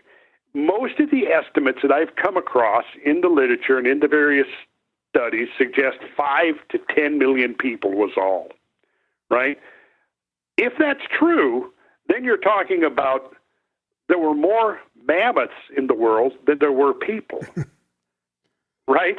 So, but the thing is, you could have a group of people go into one particular locale or one particular region and wipe out all of the animals that were in that region. But you have to simultaneously wipe them out over the entire planet, or they ain't going extinct. Sorry. And the thing is that, when you begin to look at the lifeways of the ancient cultures, like the Clovis, who have taken the blame for the extermination of the late Pleistocene megafauna, they were considered to have, the term is overkill. They were such voracious killers that they were able to sweep across the Bering Land Bridge, down through the ice-free corridor all the way to the Tierra del Fuego, and in the process wipe out 10 million mammoths, along with 90 or 100 other species, including the great cave bear, the short-faced bear, the Irish elk, the giant camels, the glyptodons, the mylodons, the giant beavers, on and on and on and on and on. But they all went extinct. You see, that's the point. And, you can't tell me, okay, human hunters killed the mammoths. Well, what about the American Pleistocene lion? Well, what about the saber-toothed cats? They went extinct. What about the great, the Pleistocene cheetah? That went extinct. What about the woolly rhinoceros? They went extinct. You see, are you going to say then that these Paleo-Indian hunters on foot carrying spears was able to exterminate all of those animals? Yet all it takes is a little bit of thought and a little bit of knowledge to realize that scenario is ludicrous, right? Did humans hunt woolly mammoths? I think the evidence is clear that, yeah, they did, just like modern humans, modern native tribes in Africa hunted elephants. Although, for the most part, most of them stayed away from elephants because elephants are extremely big and very, very dangerous. The one tribe of people that did hunt elephants regularly was pygmies, and their strategy was to have very sharp spears. They would run under the elephant's belly, pierce upwards with their spear, apparently in the spot where they just knew that they would have a rapid bleed out, and then they would simply follow the elephant until it succumbed to blood loss, and then they could kill it off. See, but at the same time, what we see is that the Clovis people hunted small game. They did lots of gathering of produce from natural produce. They also fished and so they had very diverse diets. And a tribe killing one mammoth for whatever reason, I mean, the amount of meat you're going to have, a couple of tons of meat. They don't bother. They just slice off a burger, fucking leave the rest. That's right. The whole scenario just makes no sense, and it never has made sense. But that's been the dominant scenario since the middle of the 20th century, anyway. And that particular scenario, the Blitzkrieg, the Paleo-Indian Blitzkrieg scenario, was really beginning to lose favor as we get into the 80s and the 90s, and more information was coming to light about the actual lifestyles of the people of those times, the Clovis people and so on. And it just was not consistent with a group of people that would be on this rampage, killing everything in sight and leaving this, like the killing fields of Pol Pot, or the killing fields of World War I, where there were so many bodies that they just laid there, So really, you almost of necessity have to turn to the idea of some type of a catastrophe. You can't get around it. Now, where we're at is nobody really has the final explanation yet. I think, like what I'm getting at, is that we might be looking at a kind of a perfect storm, multiple phenomena interacting, amplifying each other. Just like I was using the analogy of the year without a summer being associated with two things. It was a period of low solar activity, which would produce a natural cooling, along with heightened volcanic activity, would also produce cooling of the Earth. So those two things together, created a couple of years where 1816 was the worst. For most of the Northern Hemisphere, they call it the year without a summer. In New England, on July 4th, there was a snowstorm, right? They were going to go out and celebrate July 4th, and people got snowed out. So, and crops died in the fields. They attempted 3 times to grow crops, and 3 times the crops were frozen out. So, and you literally had a period of diminished sun, where people describe weeks at a time where the sun was barely visible because there was so much particulate matter in the atmosphere. Now, this is from a volcanic eruption, Mount Tambora, which erupted in 1815, the year before. And it took 3 to 4 years for that particulate matter to clear out. But the thing is, some of the consequences of that they're looking back now and thinking that perhaps lasted literally for decades, far longer than anybody had previously imagined, because basically what it did was it injected this degree of chaos into the system, and even though the most immediate apparent effects ameliorated within 3 to 4 years, the after effects continued on for several decades. And I could certainly see something like that on a larger scale occurring at the end of the last ice age. So, if you had impacts into the ice sheet, if you had impacts into land, if you had impacts into the ocean, each one of those impacts is going to produce a different suite of effects. Yeah. Right? Yeah. In some cases, like if the strike is strictly on land, it's going to inject huge amounts of particulate matter into the atmosphere. Right? That's going to create a canopy that reduces solar radiation. It's also going to produce extensive wildfires, which put soot and smoke into the atmosphere. So an impact into land exclusively would have a tendency to cool the Earth. If it was into the ocean, what it's going to do is it's going to loft huge amounts of water vapor into the atmosphere, which is really the most effective of all the greenhouse gases, and it could cause a heating. What would happen if you had multiple impacts where you were both into the ocean and or into the land or even onto an ice sheet? Well, here I think the consequences would be so chaotic, it might take decades, if not centuries, for these phenomena, these secondary and tertiary phenomena to play out. And then maybe even by the time they played out, you might have another round of bombardment. You see, it's such our infancy of understanding these great forces that have played out over the surface of the Earth and in the solar system as a whole. We just have a whole lot to learn yet about how dynamic, truly dynamic, this planet is that we inhabit. That's why, Graham, it really irks me when I hear somebody saying that the science on climate change is settled. That the debate is over. It's so far from being settled that it's just, it's a completely absurd statement to make that, and to believe that. Yeah. And then say, okay, now we're going to enact policies based upon this assumption that the debate is over, and that the dominant influence on climate is now anthropogenic, and we can disregard all of these other potential forces that have played out over the Earth and the climate on any time scale that we can measure. Yeah, exactly. Right? Yeah. We're just going to ignore all that because if it's the sun that's causing the warming, and I'll tell you right here and now, I think that the most of the warming of the 20th century is solar related rather than carbon dioxide related, and there's tons of megatons of evidence to support that.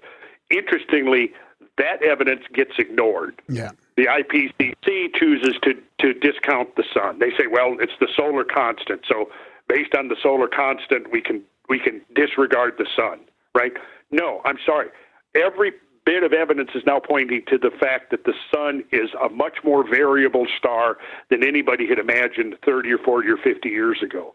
And we're just beginning. We've only got 10 to 20 years now of satellite observations of the sun, and what we're seeing is that it's filled with. It's all kinds of things that were discovered, like that I mentioned, the sun grazing comets. Nobody knew about that 30 years ago, right? That there were sun grazing comets. Every few weeks a comet falling into the sun, and then the sun having a hyperactive response to that. You see. So, and again, think about in the last couple of decades, how many times have we seen cosmic debris flying past the Earth, flying within the zone of the moon? Every few weeks, every few months, it's gotten to the point now where it's almost passé. There's going to be another, half-mile asteroid passing, just outside the orbit of the moon? Yawn. Well, look, what that's telling us is that the inner solar system, our cosmic neighborhood, is a hell of a lot more densely populated than anybody was imagining a generation or two ago. And interestingly, as astronomers are looking out into the cosmic neighborhood and seeing that there's a whole lot more stuff out there than anybody had imagined, and it's flying by the Earth all the time, while they're looking up at the sky, geologists have been looking down at the Earth and discovering that there are hundreds of that the Earth is scarred by multiple impacts all throughout the history of this planet. That has been one of the recurring episodes in the Earth history, is bombardment from space. And it's now being correlated with everything from climate change to geomagnetic field change to mass extinctions, all of these things. So what is happening, and my point that I'm trying to get here, is that, yeah, we are just really on the threshold of a whole new model of how the Earth works. And in order to understand that model, we have to really be literally looking at the entire solar system and looking at all of the factors, not just exclusively saying, well, it's only carbon dioxide. Because for one thing, carbon dioxide is limited in its function as a greenhouse gas. It's only good up to, what happens is carbon dioxide captures most of its heat. Most of the heat that's captured by carbon dioxide is in the first 50 parts per million. And each increment, say 50 parts per million increase after that, has an exponentially diminishing amount of heat that it can capture. The IPCC scientists, they know this. So what they have to do is they have to introduce positive feedbacks into their models in the form of water vapor. So what they do is they say, well, this increase of warmth caused by the carbon dioxide is going to cause more water vapor into the atmosphere. More water vapor is going to trap more heat. That's going to warm the oceans. Then the oceans is going to outgas more carbon dioxide. But what they're not accounting for, and there's a whole lot of evidence to support the idea that there's a net cooling, because water vapor will form clouds, and clouds generally reflect radiation back into space, depending on the type of cloud. Some clouds allow the radiation through, but others reflect more into space. The consensus of opinion that's emerging now is that it is a net cooling caused by cloud formation. But again, it's something we're just beginning to understand, you see, and the fact that Earth's climate and atmosphere can respond dynamically to changes in the Earth's geomagnetic field, and the Earth's geomagnetic field can respond in turn to changes in the solar activity. You see, so like I'm saying, my point is we're having to really understand now that Earth is part of a much bigger dynamic system that involves, yes, the whole solar system, but probably even beyond. We have to look at the whole, like, nearby stellar neighborhood. Like I mentioned earlier, the idea that nearby supernovas could cause an influx of cometary objects. And none of this is known for sure. I'm not saying this is the way it is, this is the way it is, this is the way it is. What I'm saying, though, is that there's a lot of evidence to suggest these as very real possibilities. And we know that it has to be more than carbon dioxide. Of that, there can be no question. Anybody who looks at it has to realize, it's definitely more than carbon dioxide. Because for most of Earth's history, what you see is carbon dioxide levels in the Earth's atmosphere have been 3, 4, 5, up to 10 times greater than at present. And what we see is that the very low carbon dioxide levels in Earth's atmosphere coincide with the onset of the late Quaternary glacial cycles. Precisely, right? What happens if there's a natural cooling, let's say the sun goes into a period of inactivity, then there's a lag time, there's a lag response where the oceans will begin to cool. Right now, if the oceans cool, it changes the solubility of carbon dioxide. So it lowers the solubility, so carbon dioxide is outgassed. Is absorbed. When the oceans warm, carbon dioxide is outgassed. So you have this almost like the oceans breathing in and out of carbon dioxide, and that's going to be affected by changes in the amount of solar radiation. See? So it's a fair question to ask, well, when we look at increasing concentrations of carbon dioxide in the atmosphere, undoubtedly our consumption of fossil fuels is contributing to that. But also, almost just as certainly, the active sun that has now been overwhelmingly documented to have occurred throughout the 20th century would have caused an oceanic warming. The ocean's response to that would be to outgas CO2. So what component in the atmosphere is oceanic outgassing? What is fossil fuel burning? We don't know, for example. We don't know precisely what that cutoff is. But we do know that if nature was not constantly replenishing carbon dioxide, it would quickly be sequestered into the oceans and turned into the limestone rock that forms the huge reservoir of carbon dioxide in Earth, you see. And what happens is, if the sun cools and the oceans cool, the oceans start sucking out the atmospheric carbon dioxide, right? Pre-industrial concentrations of carbon dioxide about 280 parts per million.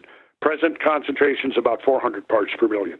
Now, even 400 parts per million is very low compared to most of Earth history, right? But what happens when you get down to ice age concentrations are down, actually they're looks like they could have dipped below 200 parts per million. Well, that's a dangerous threshold, because below 200 parts per million, plant photosynthesis begins to shut down. Jesus. Right? Yeah, I think the founder of Greenpeace said 180, everything dies. At 180, that's it. That's yeah. We were within 10 to 20 parts per million of that during the depth of the ice age. To me, ramping the CO2 back up to 400, 500, or 600 parts per million really might be very beneficial. And of course, you can also see that all the projections. If you look at the old projections from the 60s and 70s, based upon projected forest inventories and inventories of plants in the biosphere, they were all way, way too low, because nobody was taking account of the carbon dioxide fertilization effect.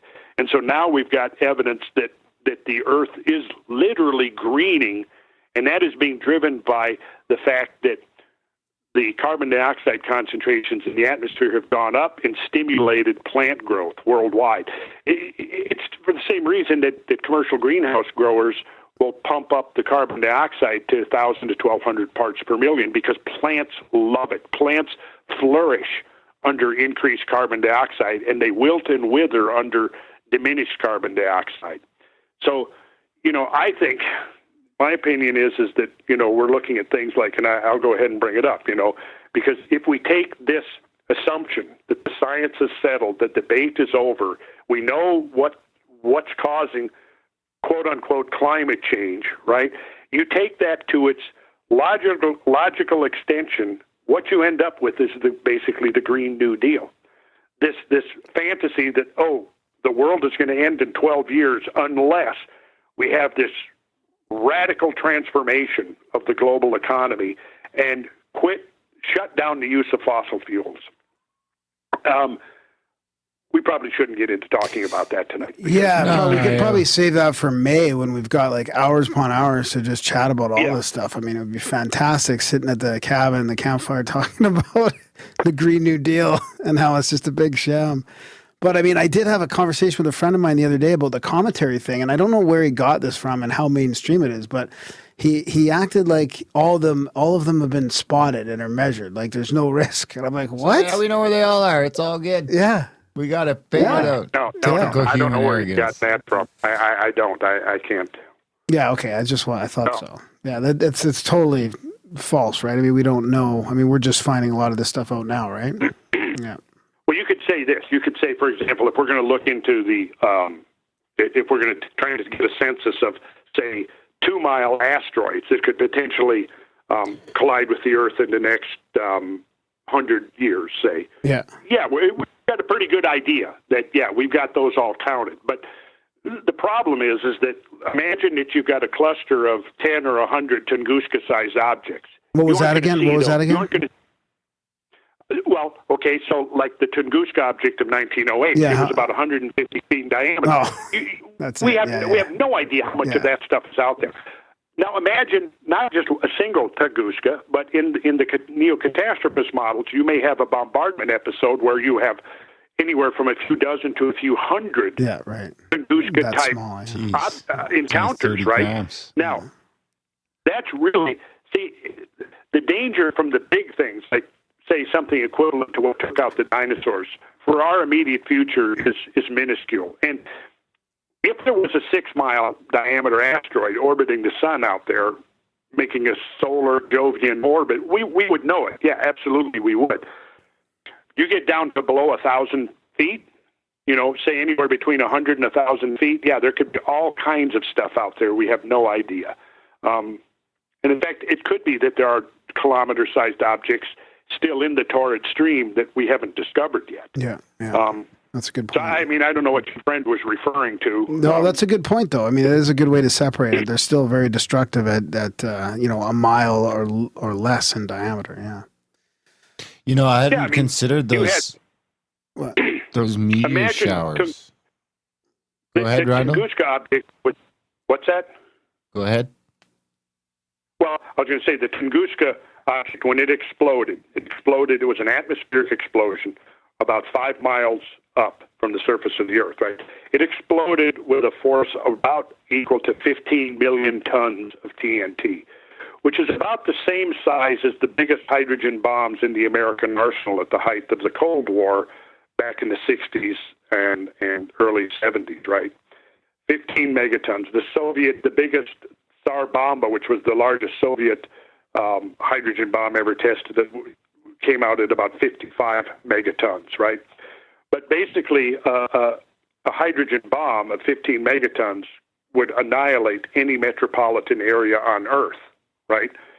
Tunguska happened over old-growth taiga forest in northern Siberia in a very sparsely populated area, right? And it was for this reason it was almost 2 decades before any scientific observers were actually able to get to the site and, begin first-hand field studies, right?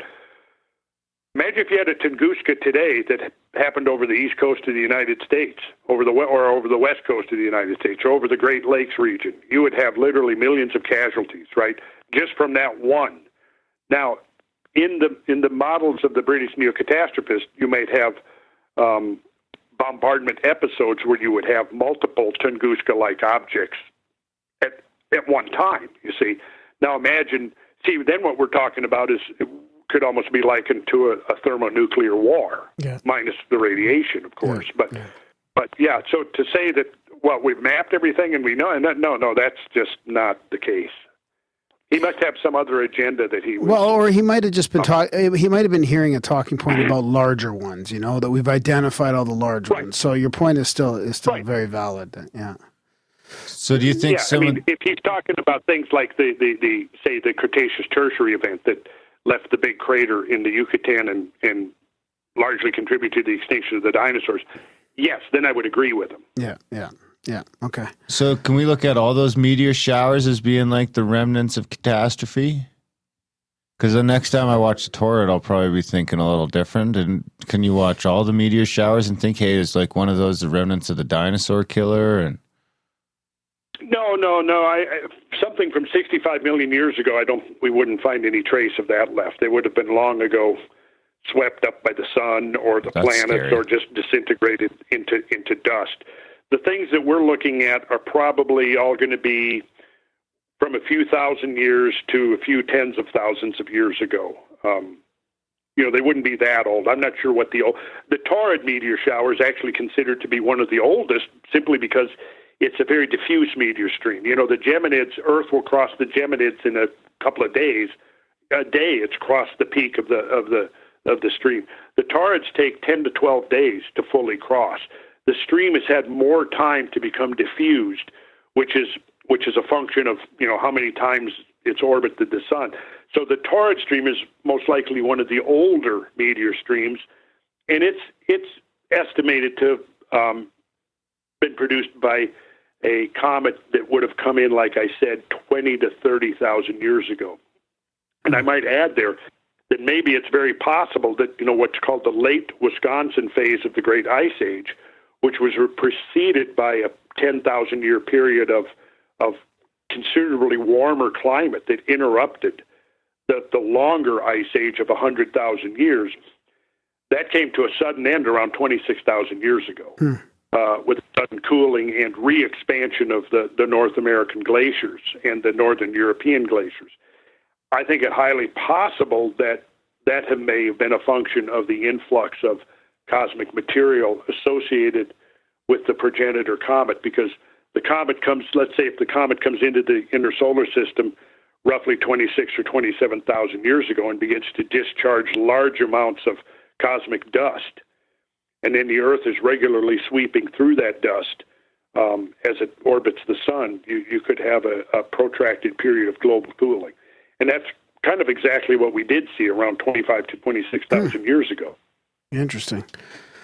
All right. Well, before we run out of too much time, we should. Do you want to? Can we get back into the trip at all and talk about more so things? this is like we'll dive into this stuff down over the trip. Yeah, we can. So I think we're gonna split it up. So we'll do. We're gonna have the buses there. We're gonna have a couple. Well, not buses, they're vans, big vans. We'll have a couple of vans rented. Yep. We'll have breakfast. We a catered event. We got friends of the show, Keith and Gage, gonna help out with catering. And we got a giant estate cabin on 122 acres in Pagosa Springs. We'll be hanging out there. We're going to set up a space where Randall can do some lectures and some slideshow presentations as he sees fit over the course of the 3 weekends. So we're splitting up into 3 groups of 25. 2 weekends in the week between. Yeah. So there's May 17th to 20th, May 17th to 20th. Here, I got it. Yeah, May 17th to 20th, and then the 20th really again to the 23rd, and then the 23rd to the 27th. Yeah, that's right. So we got a big giant house rented, 10 bedrooms. All the information's on the website.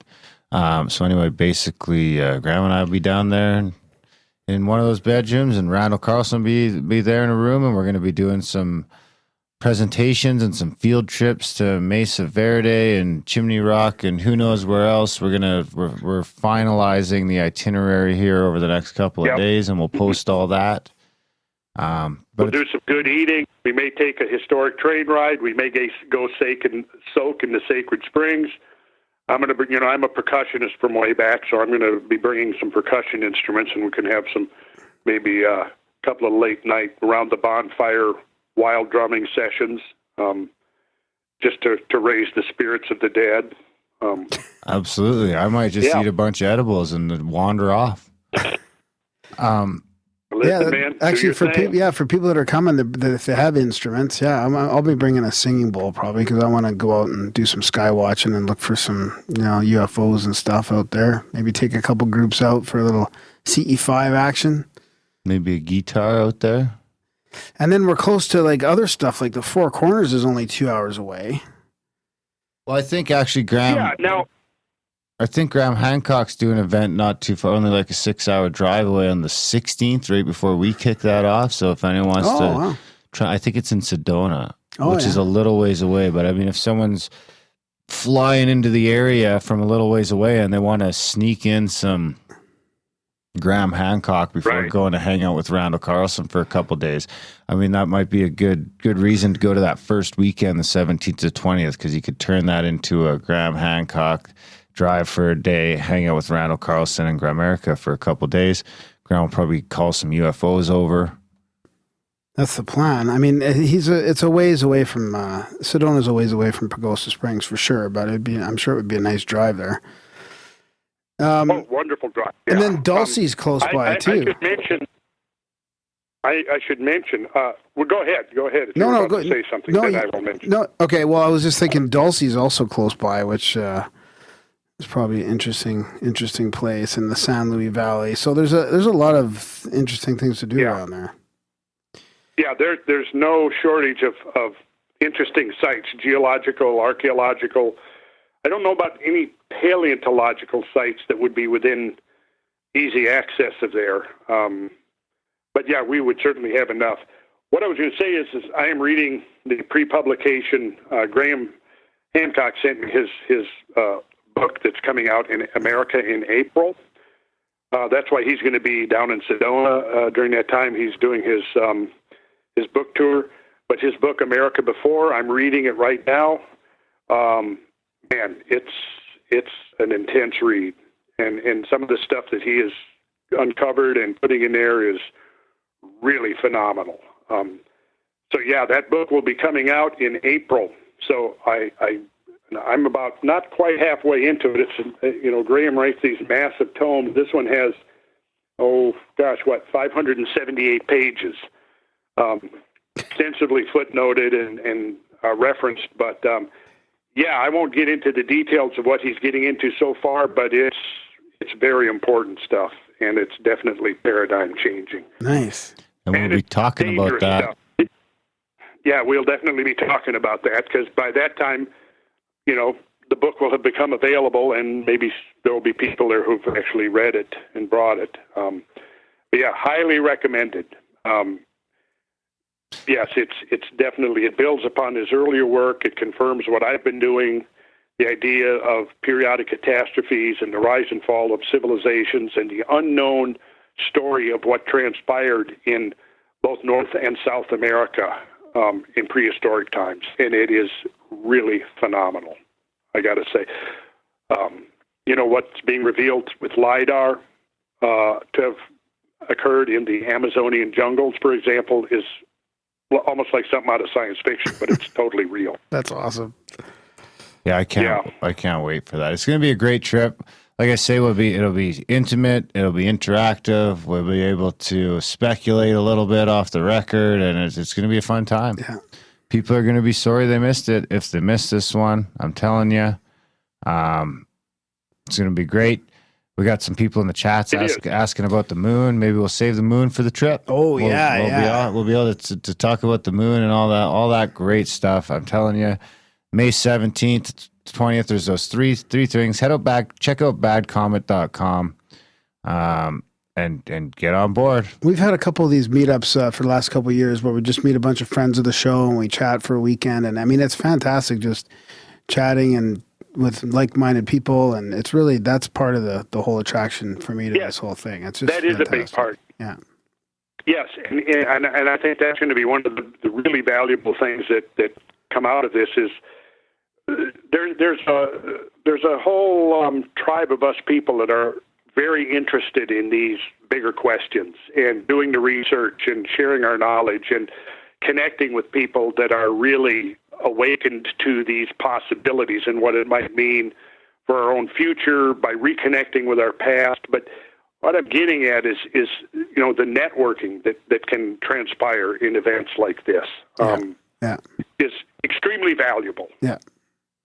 That's right. Well, I mean, hey, that's how we made this friendship, right? You happened to come through Canada and we hung out for a couple of days, and here we are 3-4 years later putting on events together. Yeah. So, the things that can spur out of something like this are endless. Yeah, absolutely. Yes. And I think, then there's plenty of reasons to be talking about this because, all of these things that we're learning about our past, these revolutionary things that we're learning about our past, have tremendous implications for our future. And any scenarios that we concoct about what we should do and how we should plan our future on this planet that doesn't take account of these changes in our past is going to be doomed to fail. Yeah. So that's a big part of it. Very much so. Yeah, definitely. But then the idea that what we're learning from looking at our ancestors is that, yes, there was very sophisticated knowledge in ancient times, and it was very much about people knowing how to live with the earth. So, yeah, a lot of that we're beginning to discover. See, my take on it very briefly is that when we're looking at all this phenomena around the world, the megalithic phenomena, the monumental earthwork architecture, the temple building, all of these things are part of a forgotten, lost technological system. And to recover some element of that system has tremendous implications for our own future. And yeah, exactly. And these are the kind of conversations we can be having around the campfire. Yeah, exactly. Right on. Yeah, so check that out. Of course, do remember that when you check out the website and you see the prices and they might look a little high, just remember that does include your lodgings in a giant estate for the event, and it does include your meals, and it does include transportation around wherever we go. Yeah.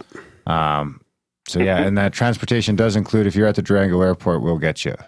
So you don't have to, if you get to Durango, you don't have to rent a car or anything. We'll pick you up. We'll get you back in time for your flight.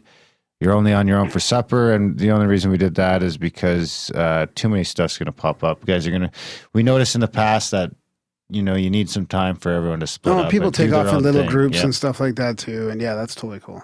Yeah.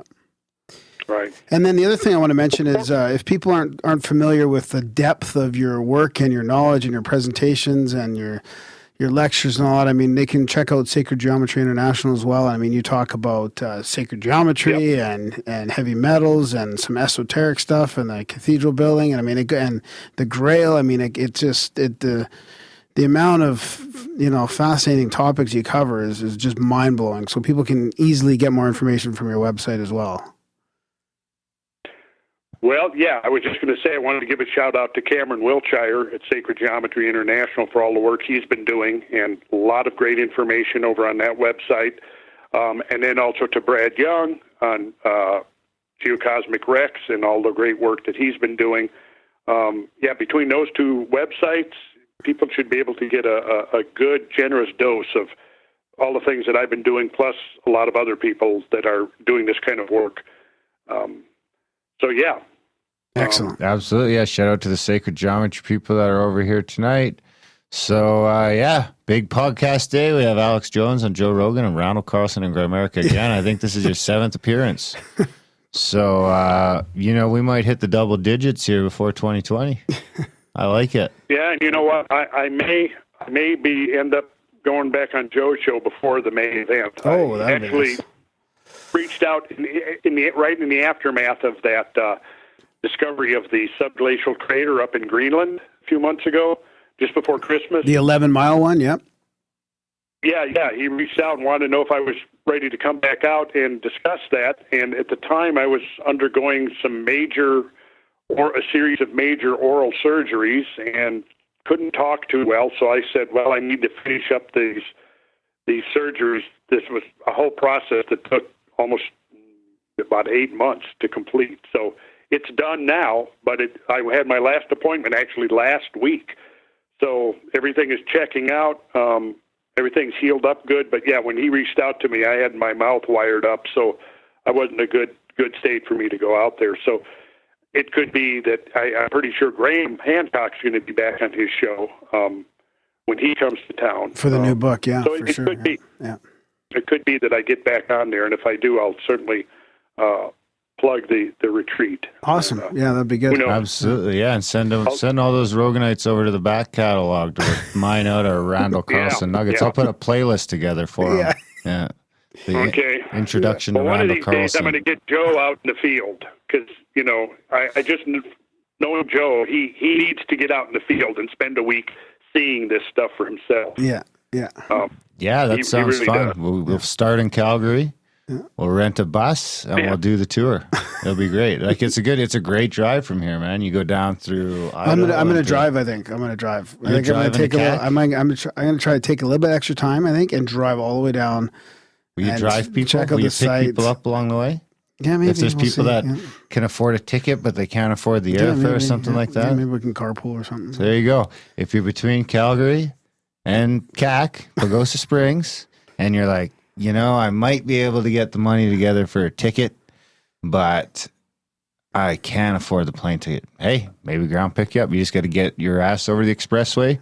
They'll pick you up there, and it'll get weird for a couple of hours or a couple of days. Never gets weird. No, it's only awkward for the first 20 minutes. You guys will be fine. Anyhow, big thanks, Randall. We'll let you get back to your day, your night, and come back anytime. Oh, yeah. Well, I'm sure I'll be talking to you guys next Monday. We should mention that, actually. If you guys, if you do sign up and you get yourself on the guest list, we do a Monday night Zoom for all the people that are going to the event where we kind of catch up. Graham and I and Randall aren't there every Monday, but we're all there at least once or twice a month. So you pop on and you get to chat with Randall yourself and ask him about what's coming up at the event. And people have been loving that. So thanks for doing that, Randall. Oh, good. Yeah. Oh, yeah. Yeah. And last time was good because for the first time, really, I actually kind of did a slideshow. Oh, nice. And we had some lessons in catastrophic geology. Wow. We start recording. Yeah, you might have missed that, Graham. Yeah. No, that's great. Yeah, just kind of like a foretaste of what we'll be doing out in in Pagosa Springs. Yeah, that's fantastic. It's once in a lifetime. Well, thank you, All right, Randall. buddy. You have yourself a great weekend, and I'll talk to you on Monday, sir. Sounds good, guys. Have a good night. Okay, Talk see to you, you buddy. then. Bye-bye. Bye. Well, And that was our chat with the one and only Randall. See, I'm getting better at going over and hanging out. Yeah, every time we do that, I don't know, man. I feel like it's clearer and clearer in my head, and I learn more every time we talk to him. Some of it overlaps with our past discussions, but there's always a little bit of new information in there, new Never ceases to amaze me. revelations and Yeah, absolutely. So, of course, guys, head over to badcomet.com. I would recommend today, sooner than later. 50% gets you in the door. So, if you can just get 50% of a camp spot or something like that, we should also mention that if you do take a camp spot, you do still, you're allowed in the house. you can also, You're in the house the whole time. You're just Everybody's allowed sleeping in the tent. house. Everyone's allowed in the house. Everyone's allowed to use all the amenities of the house. You're just sleeping in the tent. Yeah. Yeah, it's a big place that can hold I a mean, lot if of it was people. me, I would take a tent over a bunk room. Really? Yeah, I think I It'd be scary prefer out the there. privacy. Scary, yeah, well, you get scared easy. Yeah, I don't get scared easy. It's like we got Only when I'm by myself There's in a the private woods. lake with a paddle boat. Really? Yeah, A private lake. yeah. So you can also It's like a email pond. It's Alan more of a right away pond. if you want to email Alan as That's- well, who's organizing Yeah, it. that's CAC 2019 at hdtravel.me. Again, that's badcomet.com. 50% down. Get it down. There's about 45 spots left right now. The third weekend's Oh, that's not much actually. no, the third That's like weekend's half- about gone. Like the third weekend could be gone by the time this comes out. There was almost 100 people watching the live stream. By the time this comes out on Friday, another couple hundred people have watched the YouTube video. So, it's probably worth getting on board. So I think there's 3 spots left in the last weekend, 20 some spots left during the week, and same thing on the weekend. So head over there today. Badcomet.com's got pictures of the amenities and everything else. Like I say, Graham and I will be there as well, doing some other stuff. Graham will probably do some D&D. I'm trying to line up, actually, I shouldn't say, but I'm trying to line up a tour of, because Colorado's a legal state. Everything's legal. Yeah, I was just going to mention. So we're looking at maybe I'm talking to some of the local guys down there about trying to line up where maybe a few of us can head over and do a tour of a grow up where they're doing some pressing, some concentrates and all that sort of stuff. Yeah, that's fine. And then I was just going to mention, if people want to stay sober and go out and look for UFOs, we can do like we can get high naturally by meditating in a circle, and we'll see some craft flying around out there. Maybe even get a little bit of a closer visit. There you go. Your first ever encounter. There you go. There you have it, folks. I'm telling you, check this shit out. Also, grimerica.ca/support because we couldn't do it without you. And like I say, we're not even quite at 1%. So if we could get 1 out of you, 100 of you to support the show, we'd be pretty happy about that. Yeah. Help us get there. That's like a little pat on the back. No, shoot for 2 of 100. Well, let's start with 1. I remember when we first started this percentage thing, you were like 4%. We can get 4. I know some people are doing 10 or 11. Yeah. But they're doing different model, yeah. different models. Hey, maybe we got to switch. We don't want to split up our Maybe we got to switch. We don't want to split up our apps in half. Man, We don't want to do that. We love you guys. We just want you to love us back with a little support. And check out the Black Budget. Black Budget feed's got lots of good content in it. So you do get access to the Black Budget feed. It's just not the second half of all the episodes because we want to keep all that together. Yeah. For now. Rent some motherfucker. All right, guys. grimerica.ca/support. Also, grimerica.ca/news for the newsletter. Do all the stuff in there. There's a million things to do in there. There's the chats. grimerica.ca/chats. Got voicemail. Leave a voicemail. Oh, yeah. Or you can text 403-702-6083. You can put a 1 in front of that. Also, email your stories and sightings and feedback, synchronicities, all that stuff. I mean, that's one of the best parts about doing this is involving all you guys and your stories and your feedback and all that stuff. What were you going to say? Yeah. Graham at grimerica.com. Yeah. Email them. Get it going. Thanks for listening. And we will see you next week. Oh no, I think I've lost my way. Don't know if I'll ever make it back. Look at me, I'm no longer solid, I am abstract. I blow on my survival whistle, point to the horizon. Mercy me, it's so surprising. My world is still intact. I fell out of a hot air balloon and landed flat on a raccoon. SOS, help me soon. SOS, help me soon. Gotta find shelter. I feel like this caterpillar is mocking me in his cocoon. Who made the fire in Plato's cave? Made the fire in Plato's cave. Never thought that I'd be saved. Never thought that I'd be saved. Who made the fire in Plato's cave? Made the fire in Plato's cave. Never thought that I'd be saved. Never thought that I'd be saved till you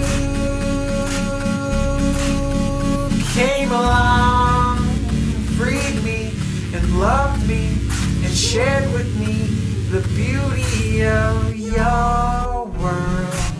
I've lost my way, don't know if I'll ever make it back. Look at me, I'm no longer solid, I am abstract. I blow on my survival whistle, point to the horizon. Mercy me, it's so surprising.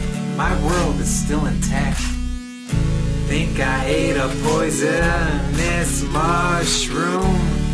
Fell on my bottom, went boom boom. My tummy hurts, my head aches. Where are my angels, for goodness sakes? Did I pray to the wrong deity? At least let me die with dignity. Who made the fire in Plato's cave? Made the fire in Plato's cave. Never thought that I'd be saved. Never thought that I'd be saved. Who made the fire in Plato's cave? Made the fire in Plato's cave. Never thought that I'd be saved. Never thought that I'd be saved until you came along and freed me and loved me and shared with me the beauty of your world.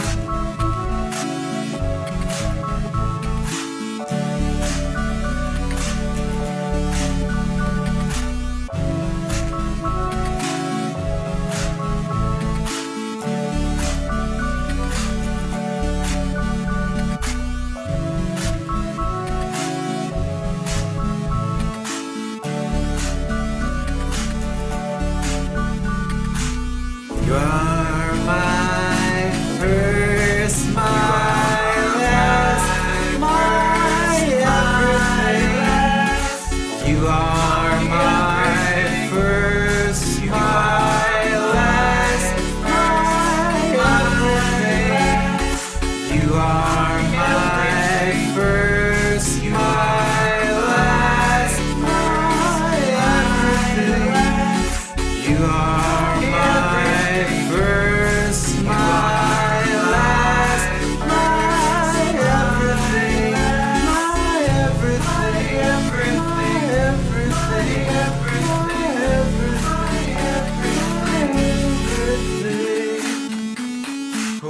fire in Plato's cave, made the fire in Plato's cave. Never thought that I'd be saved, never thought that I'd be saved. Who made the fire in Plato's cave, made the fire in Plato's cave. Never thought that I'd be saved, never thought that I'd be saved till you came along and freed me and loved me, shared with me the beauty of your